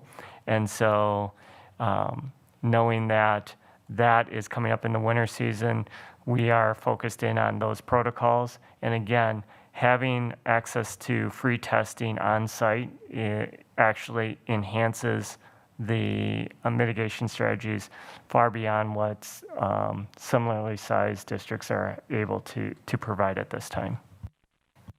Lastly, I just want to bring again to when we had our legislative meeting, we were able to speak to our representatives. That was the question that I asked of Representative Loudenbeck about, or I asked it to all of our representatives about measures taken in state government to limit the authority, or somewhat it was described to be coercive towards school boards that are trying to make the best decisions they can to protect the health and safety of students and staff and the community. It's not just the school boards. We are the governmental authority in the area that we supervise. many people are looking elsewhere for people above them at another layer to make a decision, but we cannot not make the decisions that are ours to make. I think that when we look across the country at different governors and the decisions that they're making, that local authority is being violated. And as a matter, because I know for citizens, it has been expressed that who is going to do what's right for kids. And the matter can be open for debate, but not from outside authorities trying to cancel the ability of us to do what we think is correct, as we are the elected people for Beloit, to decide about our schools and our children. Thank you. Thank you very much, Vice President Levy. Board Member Amy Levy, followed by Board Member Wong. Just wanted to make sure that I understood the sanitation portion of your presentation correctly. I believe you said that it would sanitize surfaces for a week. So one, I just wanted to confirm that that is what you meant to say. And two, I am hopeful that even if it does have the ability to sanitize for a week, that multiple cleanings are happening daily for high-touch surfaces. So if you could clarify that, that would be great. Happy to clarify, Board Member Levy. Absolutely. I want to reassure all of our community members, all of our families and students who may be listening that we have products in place that will have those multiple day, so 5 days, do it on Monday. If you never touched it again until Friday, you would still have those same protective qualities as far as sanitation. Those we didn't have access at the beginning this time a year ago. We ended the year with those products in place, and we have an ample supply of those products moving forward. That being said, I do not know of an individual who isn't cleaning on a daily basis, in addition to the nightly cleanings that our custodial staff do in all of our buildings. So it is just reassuring kind of the redundancy upon redundancy to make sure that we have clean, sanitized environments for our staff and our students each and every day. Thank you. Thank you. Thank you very much. Board Member Wong, followed by Board Member Delgado. Dr. Kieser, thanks for the presentation and the information. I have a few different questions. The first one is really, the biggest concern right now is the Delta variant. And I've said this over and over to many people, and I think it's very true. Everybody has their sources, and I know whether we're using, the ones that we have, and you've consistently used that, and that's great. The concern with the Delta variant is obviously the spread of it, the breakthrough infections, and just the potential severity, and the fact that not all kids are vaccinated, not all people are, especially at ages 2 through 11. We've also seen, though, in the UK and in India, the Delta variant, the speed of it being reduced has been just as rapid as it has been increasing. So what metrics are we going to be, is there anything specifically that we can be looking at to whereby you would be going in and changing perhaps some of your guidelines in regards to masks for our students? And what would those levels be? Is that going to be the blue level, or and I guess at what point? And I completely respect the fact that the vaccination is not available for the younger kids, and the masks should be required there. So I have no problem with that at all. But I'm just looking at the high school level and the older kids.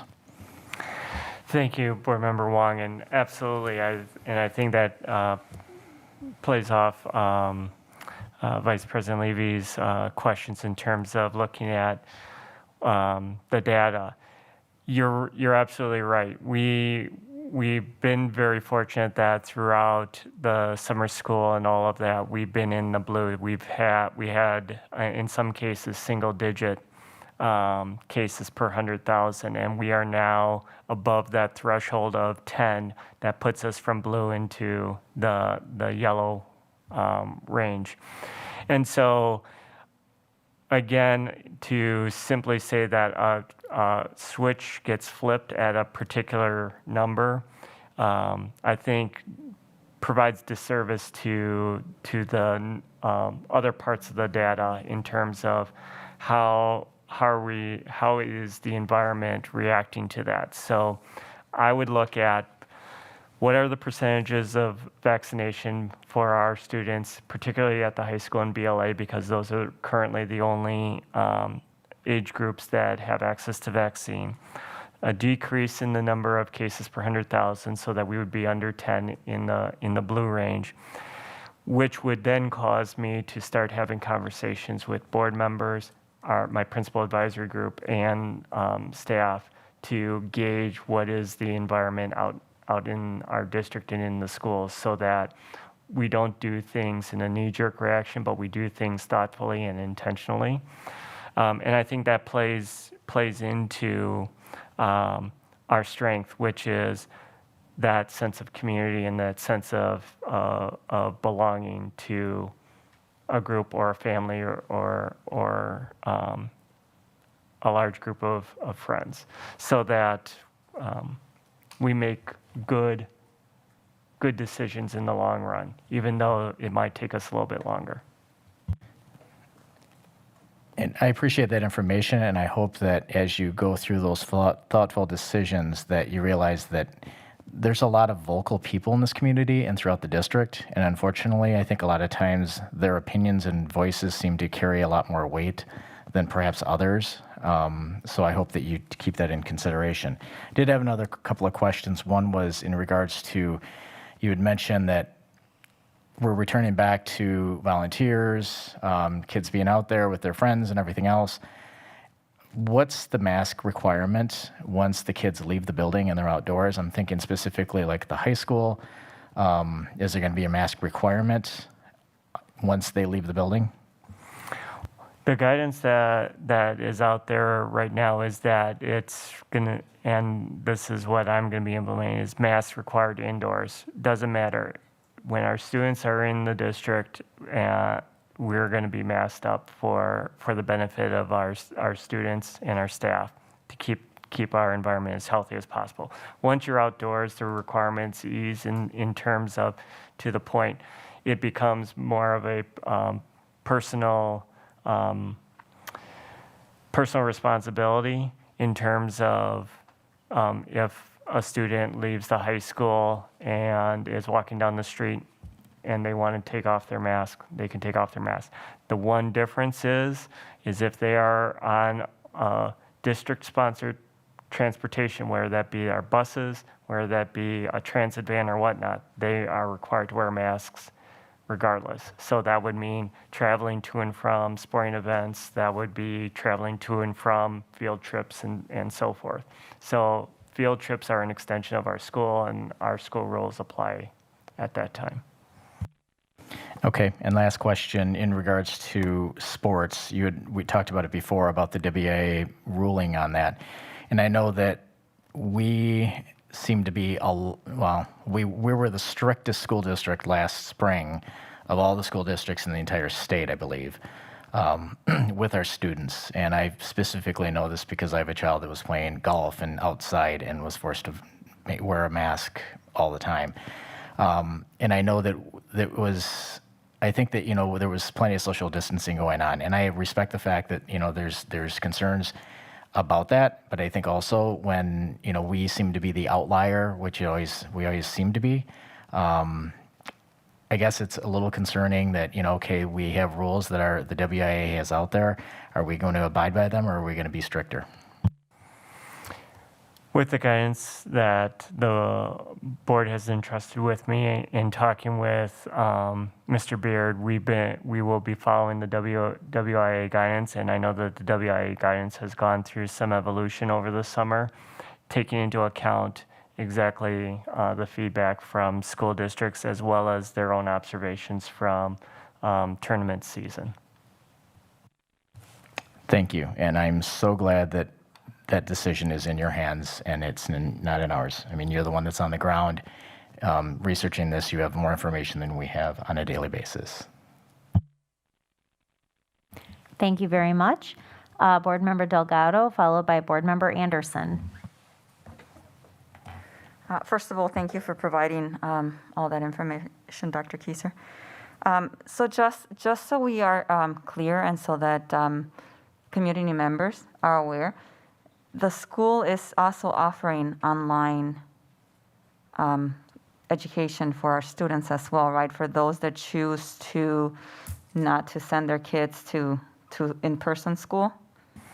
Correct. We are, Beloit Virtual School has been an option that has existed prior to even me coming here, and it was an option even last year, even though we made the decision to provide distance learning, and then the decision to come back in a cohort model provided an option for students, an alternative to students doing Beloit Virtual School. That still remains an option for our families. And I can say that I've had a couple of families reach out and ask, and I direct them to Ms. Schroeder, the principal over at Beloit Learning Academy, to get more information about that program to see if it would be a fit for them. Okay, and that's for the virtual learning. Correct, 100% online. Okay, so do we have like a hybrid kind of version at all? No, we do not. We did some outreach and feedback in terms of was there a compelling need to build something, and there was not a compelling need at this time to build a hybrid version. Okay, so let's say, for instance, if one of our students becomes COVID positive, they will not have an option to maybe take classes from home, and they would miss, the whatever 10 or 14 days that they're supposed to be quarantining. Is that correct? Like they would not have an option to actually do school from home while they're quarantining.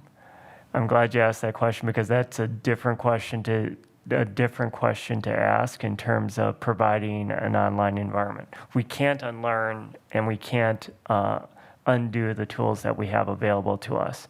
So the conversations that buildings are having with their multi-level system of support teams around how are we going to wrap around supports for that, it's going to look very different at the different levels. So I can't say that distance learning as a tool for providing support for a student, or even as a tool to enhance our universal instruction, is not off the table. Those are options that we are definitely exploring and definitely building as options for us if they will enhance and support our students and families moving forward.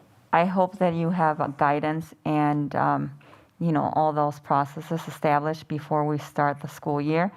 COVID is still out there; it's alive. We're having higher numbers, and something needs to be available to substitute that education piece. If our kids are being infected by COVID, and more so if that happens, while in school. I think we have to be more responsible to provide that education that they need. My other question is, do we have anything put like either on the webpage, or are parents receiving any type of guidance as far as what the expectations are, coming, the new year for school? Is that available to our parents? It is great that I am getting ready to send out a letter to the families welcoming them to this school year. We have made some edits and updates to our family handbook, which is on our website. Those do have the updated guidance from that I presented tonight in terms of the expectations. In part, there are it's a tweak of now that we're going to be masked universally. We have had to update that document again. I want to just go back a little bit in terms of your prior question and say that the change in which students or staff will need to quarantine and the length at which those quarantining events, if they occur, have changed significantly from where we were even at the end of the last school year. So I absolutely appreciate the raising the question, and know that we are planning for contingencies that we hope we never have to implement. But it is definitely a thought, and we really hope that with the new guidance and with all of the new pieces that we have in place, very few students or staff will ever have to be told, you have to go home. Good. And I hope that that handbook is also provided in Spanish, or whatever is posted online, that that's provided in Spanish as well. Yes. Thank you. Thank you so much, Board Member Delgado. Board Member Anderson, followed by Board Member Amy Levy. The question I have for you is, so we talked about masks, and what's the kind of like tipping point on when we would have them versus when we wouldn't. What would be the tipping point for our school district to go back to virtual as like worst case scenario, or even a hybrid? Thank you for that question. I hope we never have to get to that conversation. But if we start to go back into our yellows and into orange and into the red, that's a jump from, 10 to 49 up to 50 to 99 and 100 and above. So if we're starting to get into those 50 and we jump into orange, I'm going to be having some different conversations at that point, and really looking strongly at, do we need to start moving backwards into a cohorting model? Do we need to go and have conversations about moving back? To the earlier question, like, we can't unlearn what we've done. We have those in our back pocket, and we hope that we never have to use them. Really, it's a question of what is the rate of vaccinations, and then what is the spread within our school district and local community, and having those two numbers to compare against one are important. Great, thank you. And I really hope we don't ever get back to that point, because I know the kids definitely want to be back in the schools themselves. Thank you both very much. Board Member Levy? I just wanted to loop back to Board Member Delgado's questions and just make sure that we were all on the same page. When you mentioned virtual academy, that is not School District of Beloit educators. That is an entirely separate entity. And is it correct? Do students still enter at term or at semester, but that wouldn't be the option, like if a student needs to quarantine for 5 days, et cetera? Is that accurate? Correct. That is accurate. We are looking at it as an entity. It is an entity that the teachers are not School District Beloit educators, and we are looking at it as a entity unto itself, like transferring to a new building, like transferring from Converse to Gaston or something like that. So the transition times, we typically, if someone is moving from one place to another, we try to make those transitions at grade appropriate times so that we don't negatively impact a student's academic grades. So do you have the option to transfer in or out at term, or is that just at semester for Virtual Academy? That I will have to follow up what we normally do, because we are returning back to our normal procedures as far as when we have students transfer in and out. So I will find out the answer to that question from Ms. Schroeder and provide the board with that answer. Perfect. I'm pretty sure it's semester, but I do appreciate you checking. And then my final question on that is, if there's not a plan to do concurrent learning, which I get, are we, how do I want to word this? Is it accurate to say or to imply that a student who is quarantining, we can't unlearn what we learned and they would have access? If concurrent learning is not planned for, it would not be, I just want to make sure that parents and guardians and students, et cetera, understand that if you are quarantining, it's not going to be like you log on with the rest of your class, because unless I'm wrong, there isn't a plan currently for concurrent learning. Is that accurate? It is accurate that I'm not asking our staff to do concurrent learning on a day-to-day basis, because we're planning for all of our students to be in the building. Correct. Perfect. And feel free to get back to me on this, because it is a question in the moment. So if a student is quarantining, when you say that we would provide assistance, et cetera, would that be like after school you can email your teacher, you could do a Google Meet or something and kind of catch up on the day? Or do you have an idea what that would look like? And if no, when will parents and guardians have that information? And again, you don't have to have that answer tonight, but if you do, I would love to hear it. I'll follow up with you, Board Member Levy.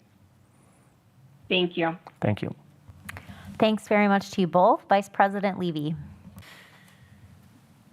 One of the things I think that to help the public understand sometimes when it falls into quarantining, and by your slide, our nurses, yes, our nurse determines what a student's quarantine status may need to be off of a close contact. Could you say that again? I apologize. The determination of if a student is quarantining, that is based off like the school nurse's determination as they're doing contact tracing? Correct. And at that time, the school nurse would also say, if you get tested, this is the potential length, and if you choose not to get tested, this is the potential length. So with unvaccinated people in an environment and vaccinated people in an environment, what people have to understand, an experience is based off of contact tracing, is that a student, last year I experienced multiple students having multiple quarantining periods. So a student may have missed 30 days due to the quarantine process in a school that was face-to-face, that was in person with masking. So whereas a school year may begin and it seems regular because the school has not shut down, the individual experience could be totally different.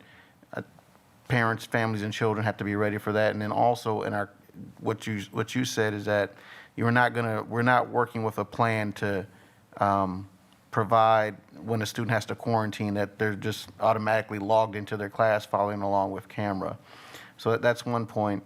But I'm asking the question, are we positioned for a pivot in case things go different on us? And as an example being that the Delta variant is highly transmissible, more transmissible than the strain that we were looking at last year, and we have this space that, especially even at the high school level, where you may have people that are vaccinated, the unvaccinated, that it would spread faster amongst them in different settings, and to be ready for, when you get to the place of the number of students that are out, or even if we have staff and adults that are compromised and we don't have enough to safely operate buildings, that those are types of things that could close a building. But we are positioned for pivots.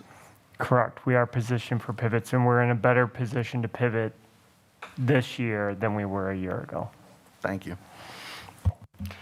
Thank you both. Great questions from everybody. I just have a couple comments. I really wanted to, well, first of all, I want to thank you and your team, and special thanks too to all of the community members that are in community organizations partnering to do vaccination clinics and the like. I think that's wonderful. And I really want to applaud that collaboration and offer some gratitude there. I also really appreciated in your slide with regard to changing our narrative from deficit to asset-based. This is going to be a historic school year like we've never seen before in our livable history. And I think that assets-based, classrooms, instruction, assessment, and just a mindset is so crucial to empowering students and families to feel like we are in a good place to, hit the ground running. And I really appreciate your attention to detail there in terms of changing the narrative. And I guess the last thing is more of not so much a question, sort of a hope I'd like to express as I'm looking at your slide here as well. In terms of reimagining schooling experiences, I'm really excited that we're starting 5-day in-person as close to sort of quote-unquote normal as possible. I'm really hoping to see throughout the school year other things that are reimagined. This is such a historic opportunity to really be responsive to the student needs in our community, see what we can do differently, see what we can build on in terms of strengths, again, that assets-based mindset, and I just really appreciate that, and I wanted to offer up that hope. Thank you. Oh, thank you. Do any other board members have questions, thoughts, comments at this time for the superintendent report? Okay, so seeing and hearing none, at this time, I'd like to move us forward then to Section 4, Committee and Other Board Reports. We're going to start with Chair Wong for Business Operations and Finance Committee. I'm going to defer to Vice Chair Spencer Anderson since I was enjoying myself on vacation at our last meeting. And we're very glad that you were. Good job. Thank you, Vice Chair Anderson. All right, so at this meeting, we did receive a financial report for June of 2021 and also some budget revisions. The big thing that we did cover during this meeting, though, was we started talking about the Executive Director of Human Resources, FTE. It was just a discussion, no action was taken, but I did ask that board members that have questions about this position, that they have until the 31st to send their questions to Dr. Keyser so that he has that week to prepare them for the next meeting. Did I miss anything? All right. Thank you so much, Chair and Vice Chair. I'm going to move on then to 4B, Teaching, Learning, Equity, and Pupil Services Committee, Chair Levy. So the Teaching, Learning, Equity, and Pupil Services Committee met today, August 17th, 2021.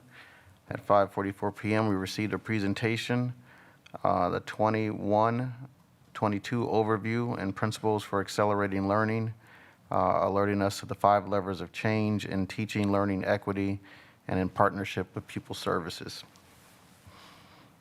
Thank you very much, Chair Levy. Going on then to items 4C and 4D, Legislative Update and Policy Committee, Legislative Liaison, and Chair Levy. Thank you. So I want to start with thank yous first to Board Secretary Michelle Shope and Donna Dooley for their assistance in scheduling our last legislative update. We had a really robust discussion, and I was excited about all the information that was shared and also questions asked. Thank you to board members who were present, to Dr. Keyser and your team, specifically Mrs. Armstrong, for a really great budget presentation. As the old folks would say, she put it where the goats could get it. It was very understandable. She was clear. She was direct. It was great. And of course, a special thank you to our legislative representatives that were able to join us both in person and virtually. So thank you to Representative Mark Spreitzer, Representative Amy Loudenbeck, and State Senator Janice Ringhand. My report was submitted today, so in the coming days, it will be uploaded. It's pretty standard. The couple things that I will note is that there are no upcoming meetings scheduled, and that just means when you look at the calendar for the next 30 days, there are no upcoming meetings for either the Assembly Committee on Education or the Senate Committee on Education. I would like to bring attention to Assembly Bill 411 and Senate Bill also 411. They are identical, but moving through different chambers. A couple things that I will highlight. I have also included those with my legislative update, so those will be posted as well. This bill provides that state superintendents of public instruction must withhold 10% of state aid distributions from a school board or operator that violates these prohibitions, and please do go through and read those. The bill also provides that a parent or guardian of a student may bring a claim against the school district or operator of a charter school for violation of prohibitions listed. Please do go through those. There is a requirement under both the Assembly Bill and Senate Bill 411 that schools will provide printed copies of curriculum upon request at no charge.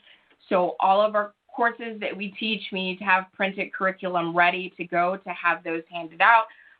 If requested, those also need to be put on the website. Two other things I will highlight, and then please also do go review these on your own. Item G, an individual, so of the things that this bill wants to protect against, an individual should feel discomfort, guilt, anguish, or any form of psychological distress because of the individual's race or sex. And this speaks to the teaching of curriculum in classrooms, and also PD for educational, for educators and for boards, or H, systems based on meritocracy or traits such as hard work, ethic, are racist or sexist, or are created by individuals of a particular race to oppress individuals of another race. And so one thing that I will point out, just the definition of meritocracy, so we're all on the same page, as defined by Webster, is a system, organization, or society in which people are chosen and moved into positions of success, power, and influence on the basis of their demonstrated abilities and merit. Sounds amazing, but what meritocracy does not take into account, unfortunately, is systemic racism and also unconscious bias and conscious bias. So again, please at your own leisure, do review Assembly Bill 411 and Senate Bill 411, and my report will be up shortly. As far as policy, the Policy Committee met on Wednesday, August 4th, 2021. We started promptly at 5:30 p.m.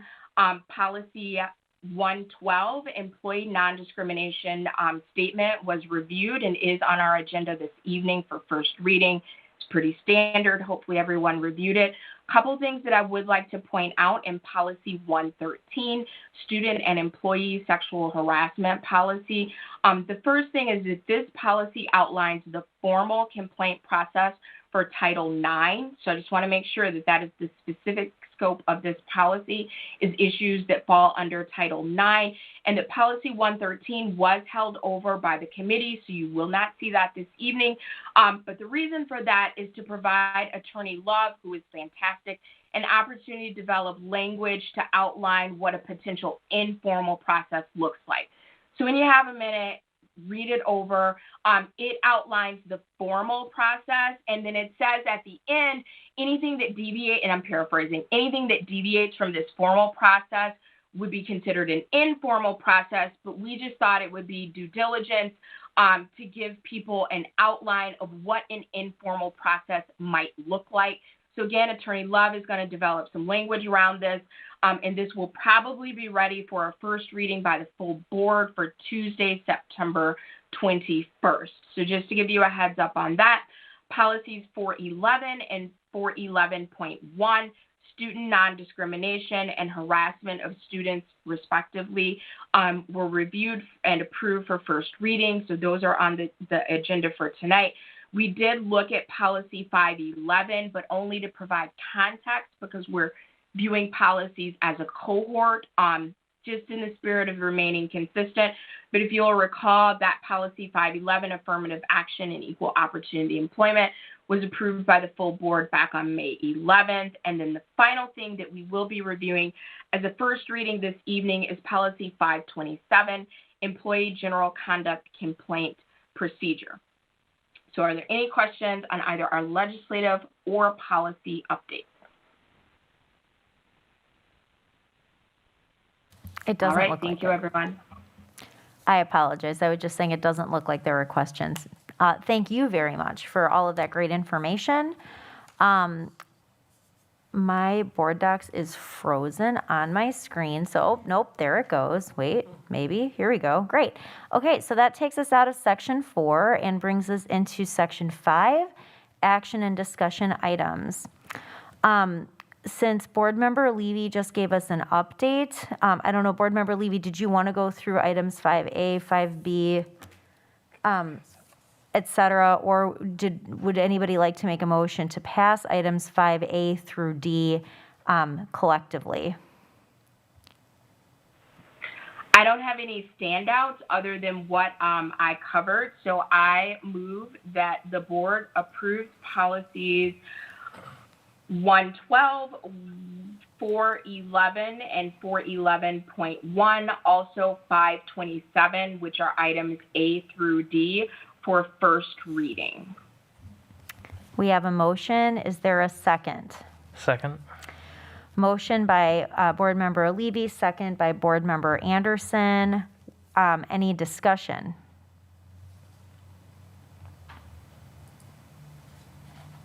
Okay, hearing none. All in favor, please say aye. Aye. Aye. Aye. Are there any opposed? All right, thank you very much for that. Motion passes, and that takes us then to item 5E. The next three items, 5E, 5F, and 5G, are carryovers from last meeting's discussion-only topics regarding the expulsion hearings. Board Member Wong, I just want to make sure, for item 5E, we kind of bundled together the items that we felt we had consensus on. So I'm going to start with you. Do you have any questions on item 5E, any of those four pieces? We also have Rob in the audience. And Rob is also here to help answer any questions, but I wanted just to give Board Member Wong an opportunity quick. No, I'm just going to go on the record. I think that this is a bad decision to begin with, and I'm not going to be supporting these, but I will be doing the work if necessary. I think it's valuable time that we're going to be taken away from other activities that this board should be doing. So, Okay, thank you. So no specific questions or clarifications on any of the items listed under 5E then? Okay, so since we discussed these last time and had consensus, I'm just going to go straight to asking if anybody would like to make a motion regarding item 5E, which just to be transparent for those watching, if you're not following along on board docs, is in regard to how we notice expulsion hearings, the district council's presence in the expulsion hearings, they will be present, data collection of expulsions, and administration providing expulsion recommendations and expulsion packets. Would anybody like to make that motion? So moved. Second. We have a motion by A. Levy, second by S. Levy. Any further discussion on item 5E? Hearing none. All those in favor, please say aye. Aye. Aye. Aye. Aye. Are there any opposed? nay. Thank you. Oh, 2. Okay, sorry. So motion passes, 4-2. Thank you very much for that. Moving on to the next piece here, we have item 5F, action on the process of scheduling expulsion hearings. So we left a bunch of time for these next two because we didn't quite find consensus last time. And so for some reason, I have to apologize, my internet's kind of lagging here. But I guess I want to ask board members if they have questions specifically for Mr. Buikema in terms of how, or for Dr. Keys or anybody in the administration for how we schedule expulsion hearings. The issue, as I recall, was are we able, is it practicable, I guess, to schedule them after a specific time and set a cap at like this is like the earliest, or here's like kind of the time range, or if we want to survey board members each time. Does anybody have questions, thoughts, or comments on that item?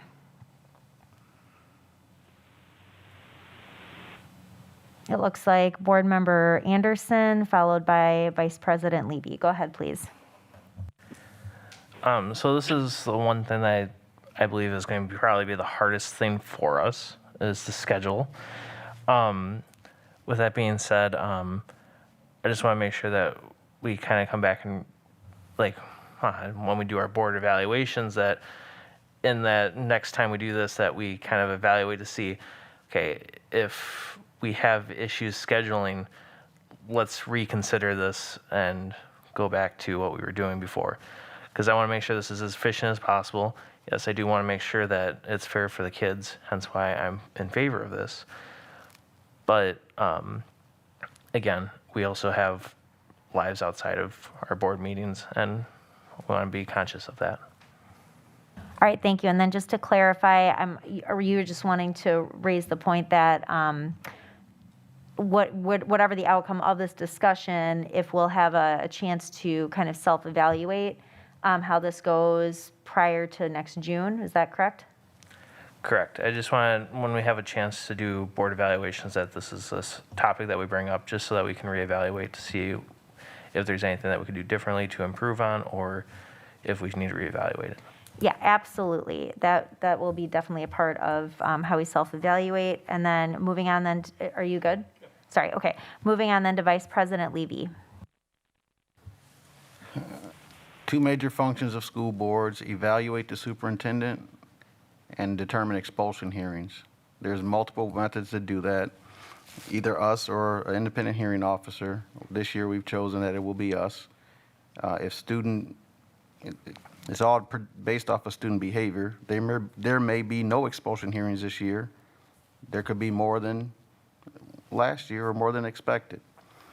As far as scheduling, I think that if our work concerns is a matter, because expulsion hearing is a different type of situation, and trying to create the best availability of board members, if we schedule expulsion hearings to begin no later than 6 o'clock, no earlier than 6 o'clock, I think that's a reasonable accommodation.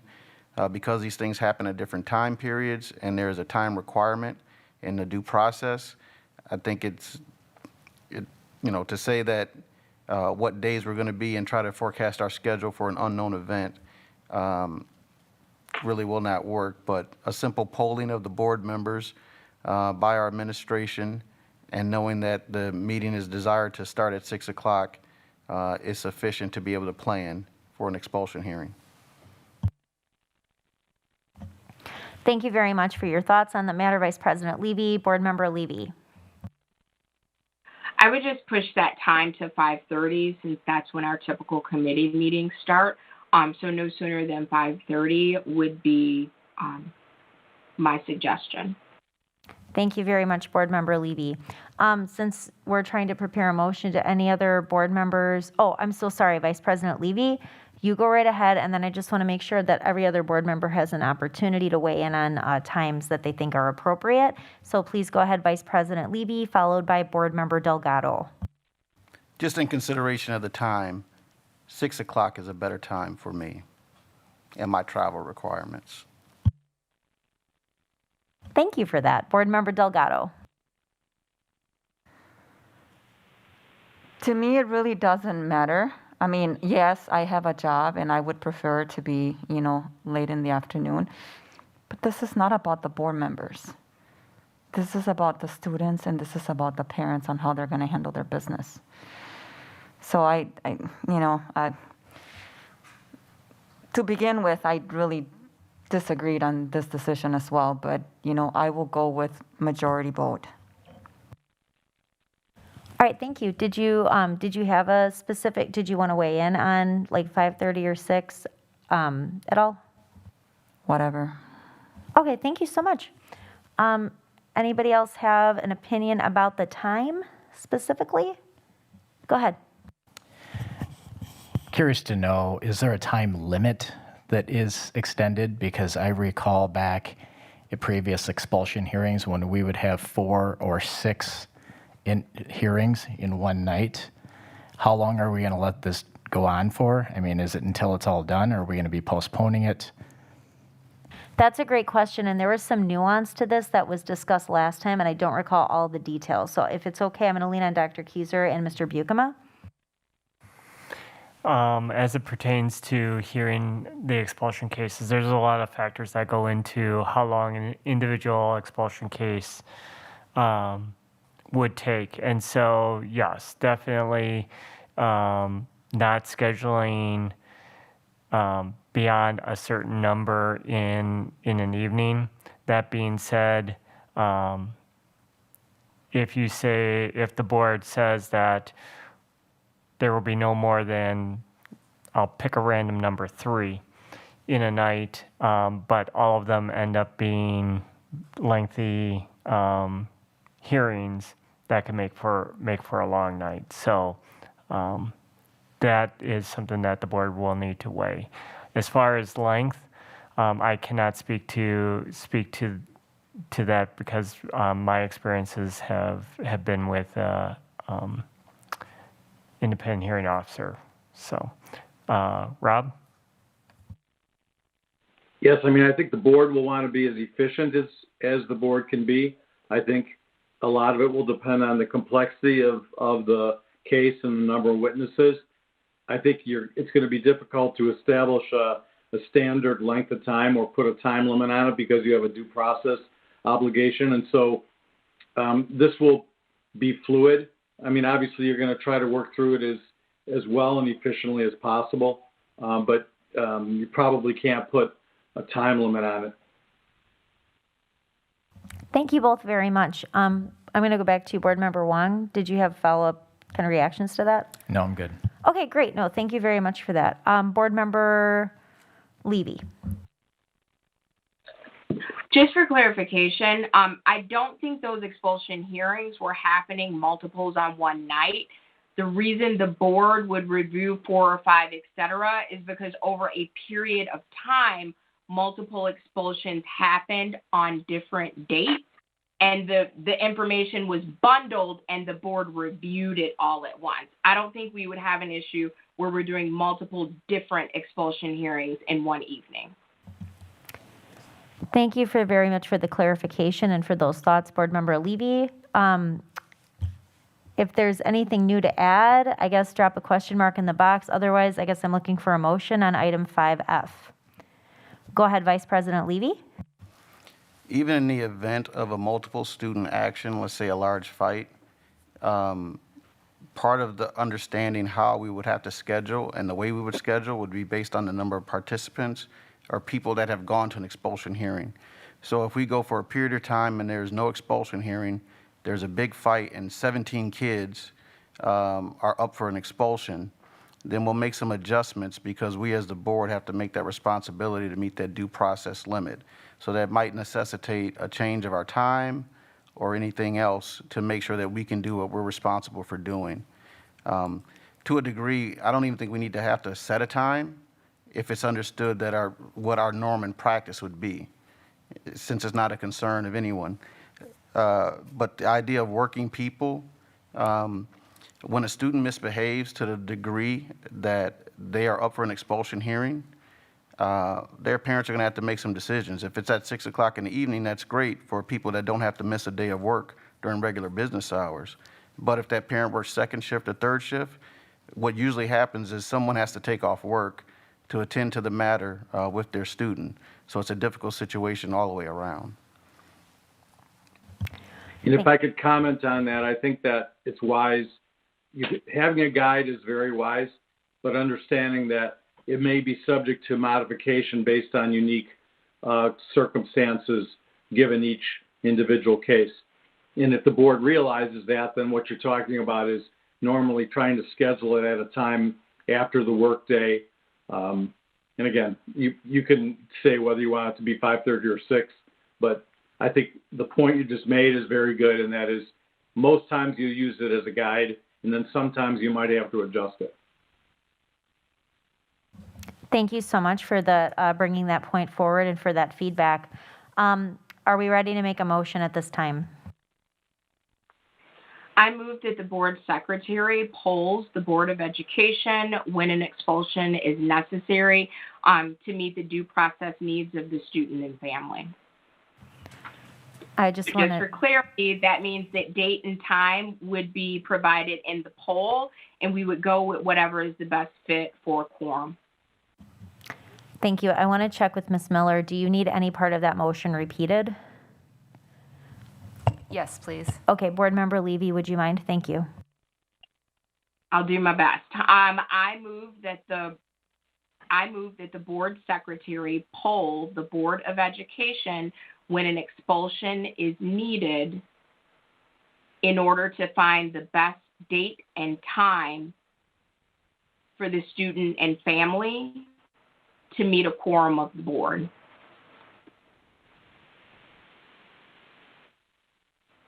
All right, thank you very much, Board Member Levy, and thank you so much, Ms. Miller. Is there a second? Second.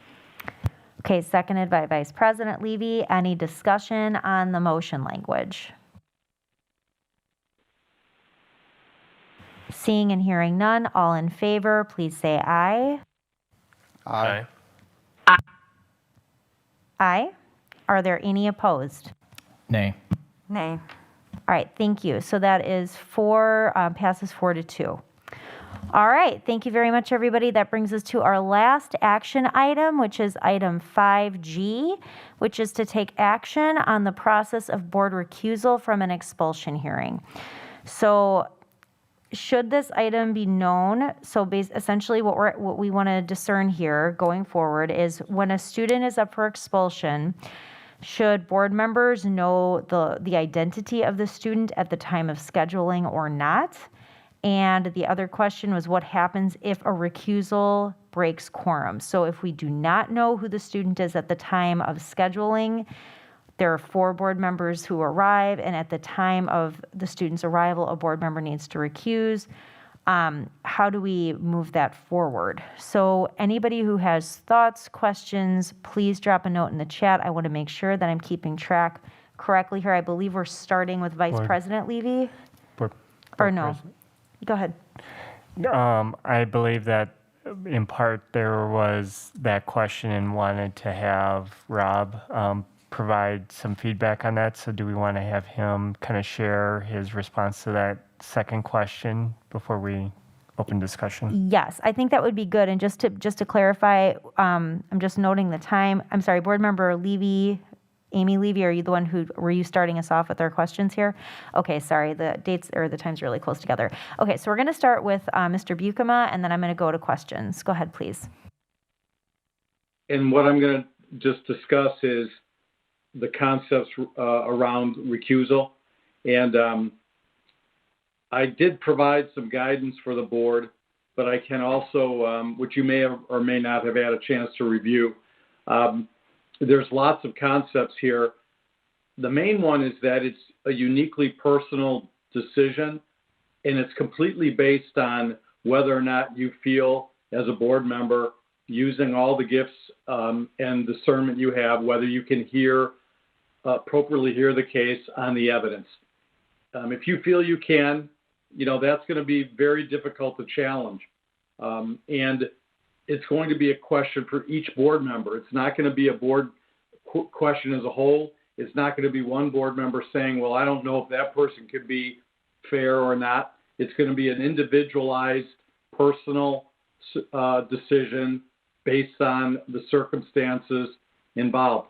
The key is, can you make a decision, a fair decision based on the evidence you hear? You may have a situation where, in the best case would be if your child was involved in the incident or a victim in the incident, or if you're very closely related to the child. Then it would be fairly clear on the record that you would have a more difficult time making a decision. So the other thing comes up where if it's challenged, you want to be able to say, I looked at it, I thought about it, and I could very easily say that I could make a decision. I gave a lot of different instances. I consider this to be a very rare occurrence, not something that would be very frequent. So, and I would be confident that the board would have the ability to discern that and assess it. Also, I feel good about the fact that when we have our first case, there'll be a question for each of the board members, each individually asked on the record whether you can do that or not, make a decision on the evidence. So to me, this is a very, very infrequent occurrence. Part of the issue is training the board to ask questions that are neutral and also to make comments that are neutral, not to reflect maybe a position or a prejudgment you have on the case. That's part of the due process as well, to make sure that during the hearing, the appropriate questions and demeanor is presented.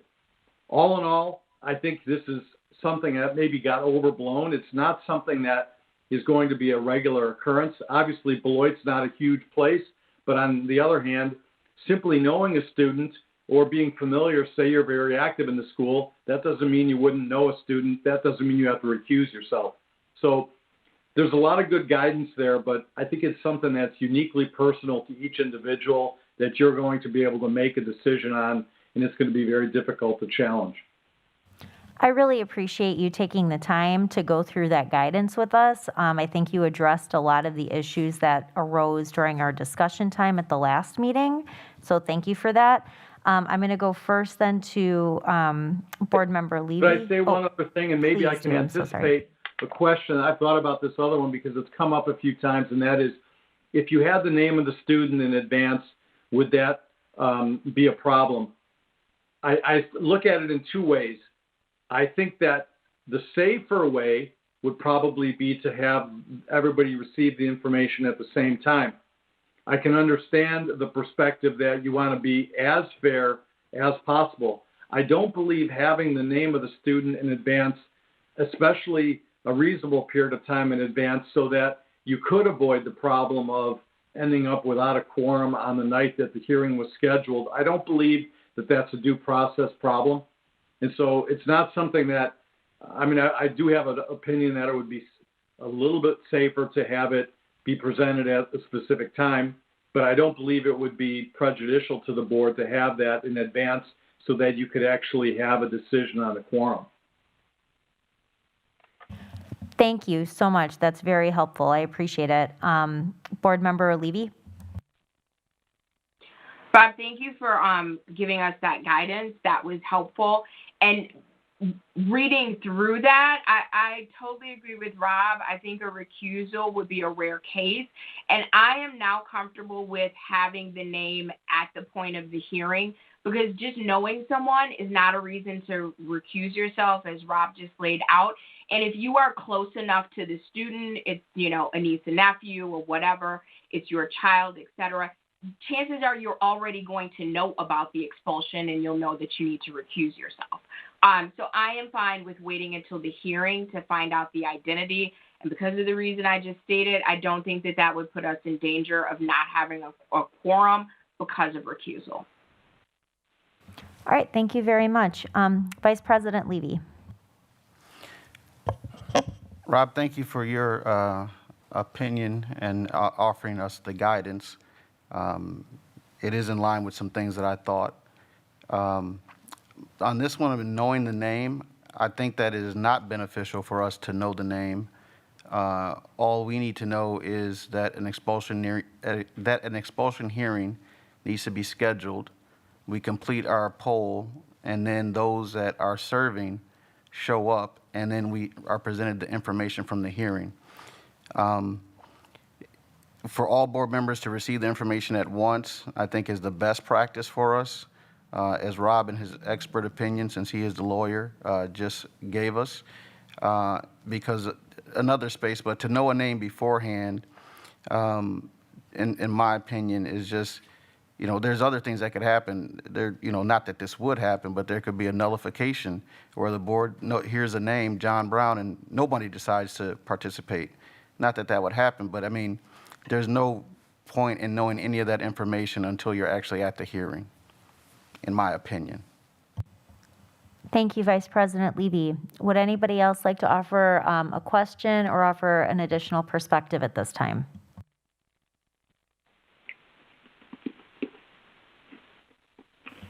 Okay, would anybody like to make a motion at this time? I move that all materials are kept for dissemination to the board at the expulsion hearing. Second. Ms. Miller, are you good, or do you need any of that? Okay. Sounds like we've got the motion language recorded. We have a motion and a second. Is there any discussion at this time? Hearing none, all in favor, please say aye. Aye. Aye. Aye. Aye. Are there any opposed? Nay. Nay. Thank you very much. We have 4-2, motion passes. All right, and unless I'm wrong here, I believe that concludes our action and discussion items at this time. Go ahead. Have Sorry. a good night, everyone. Rob, before you take off, just one. Yep.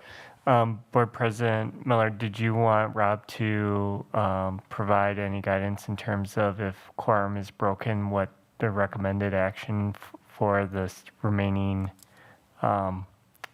board members are?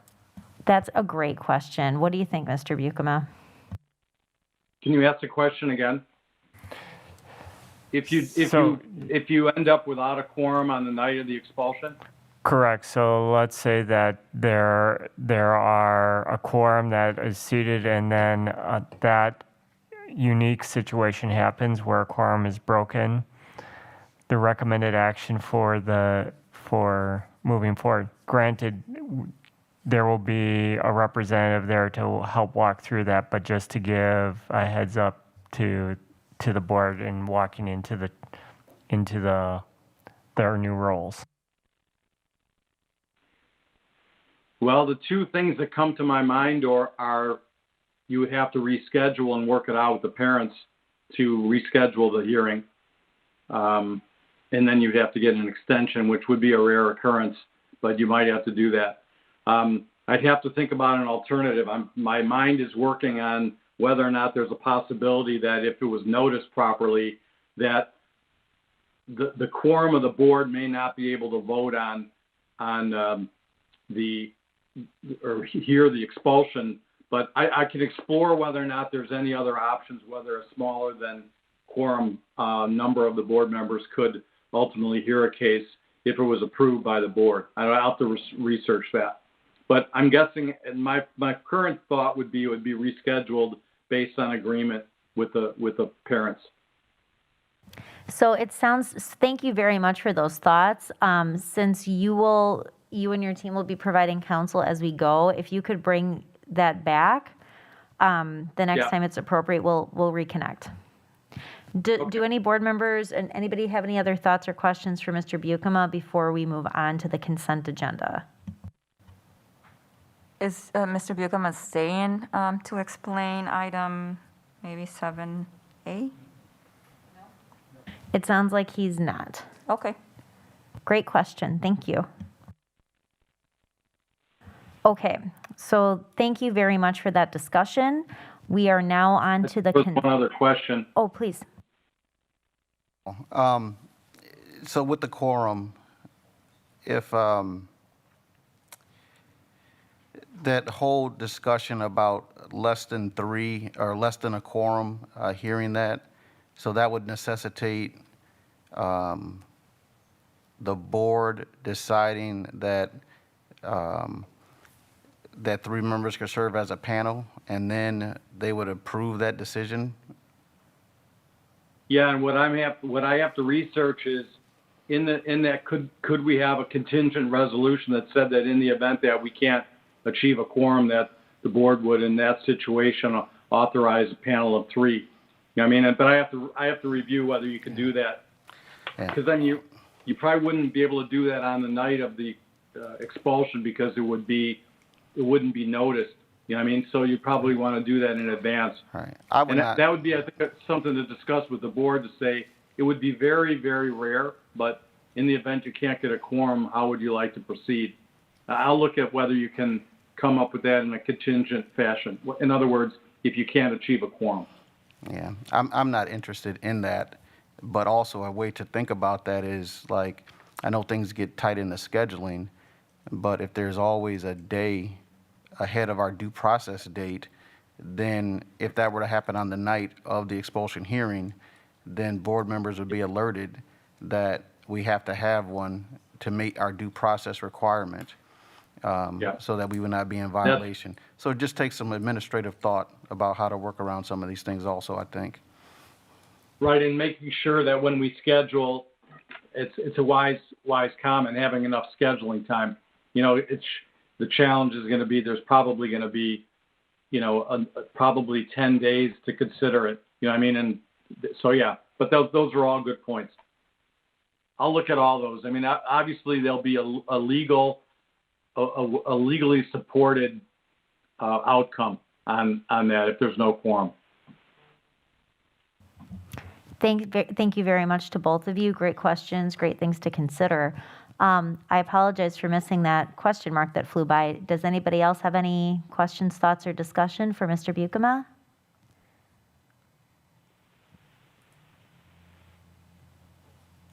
All right. Thank you very much. Have a good evening.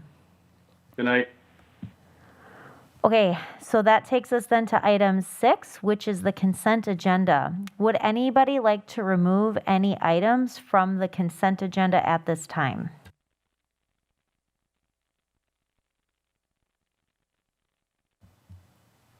Seeing and hearing none, would anybody like to make a motion to approve the consent agenda? So moved. Second. Okay, it sounds like we have a motion by Levy, second by Wong. Is there any discussion? Seeing and hearing none, all in favor of approving the consent agenda, please say aye. Aye. Aye. Aye. Aye. Are there any opposed? Okay, the consent agenda passes unanimously.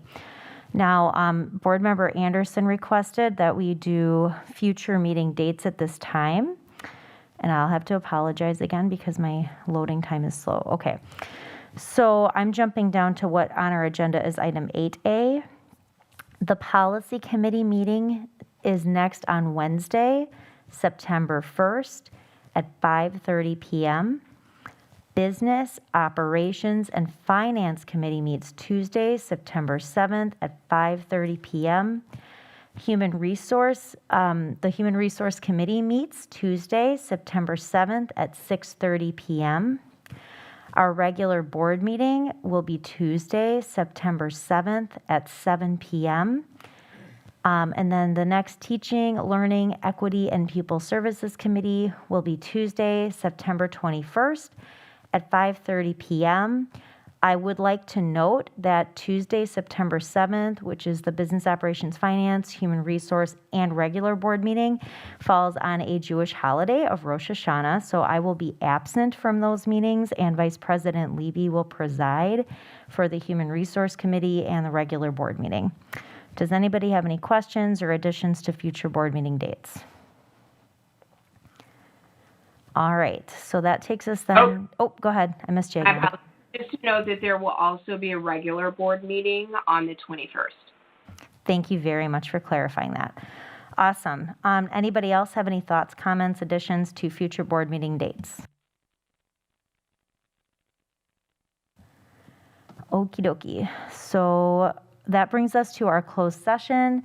And I just wanted to clarify, since it caused some confusion, that the item 7B is in regard to a person or persons specifically that meets the statute requirement of section 19.85, parent 1, parent C. And as we do continuously strive to improve here at the board, I certainly do appreciate the vigilance and the feedback that we have received on that, and that will be noted for future meetings. At this time, would anybody like to make a motion to convene us into closed session? And I will just remind those who are here in person and those who are watching, we are going to adjourn from closed session, so there will not be any additional open meeting business this evening. Would anybody like to make that motion?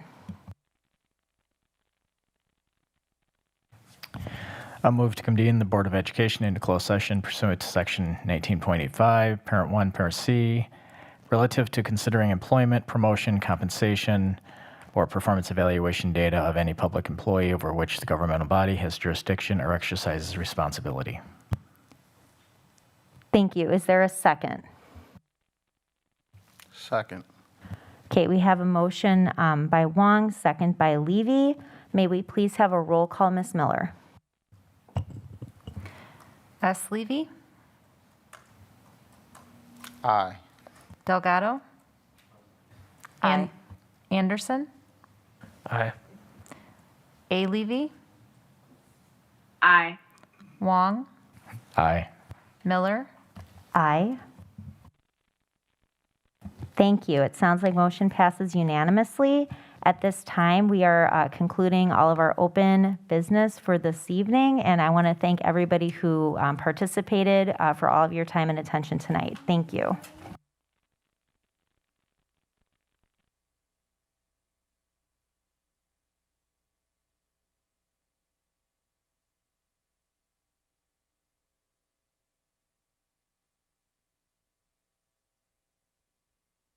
You have been removed from the call.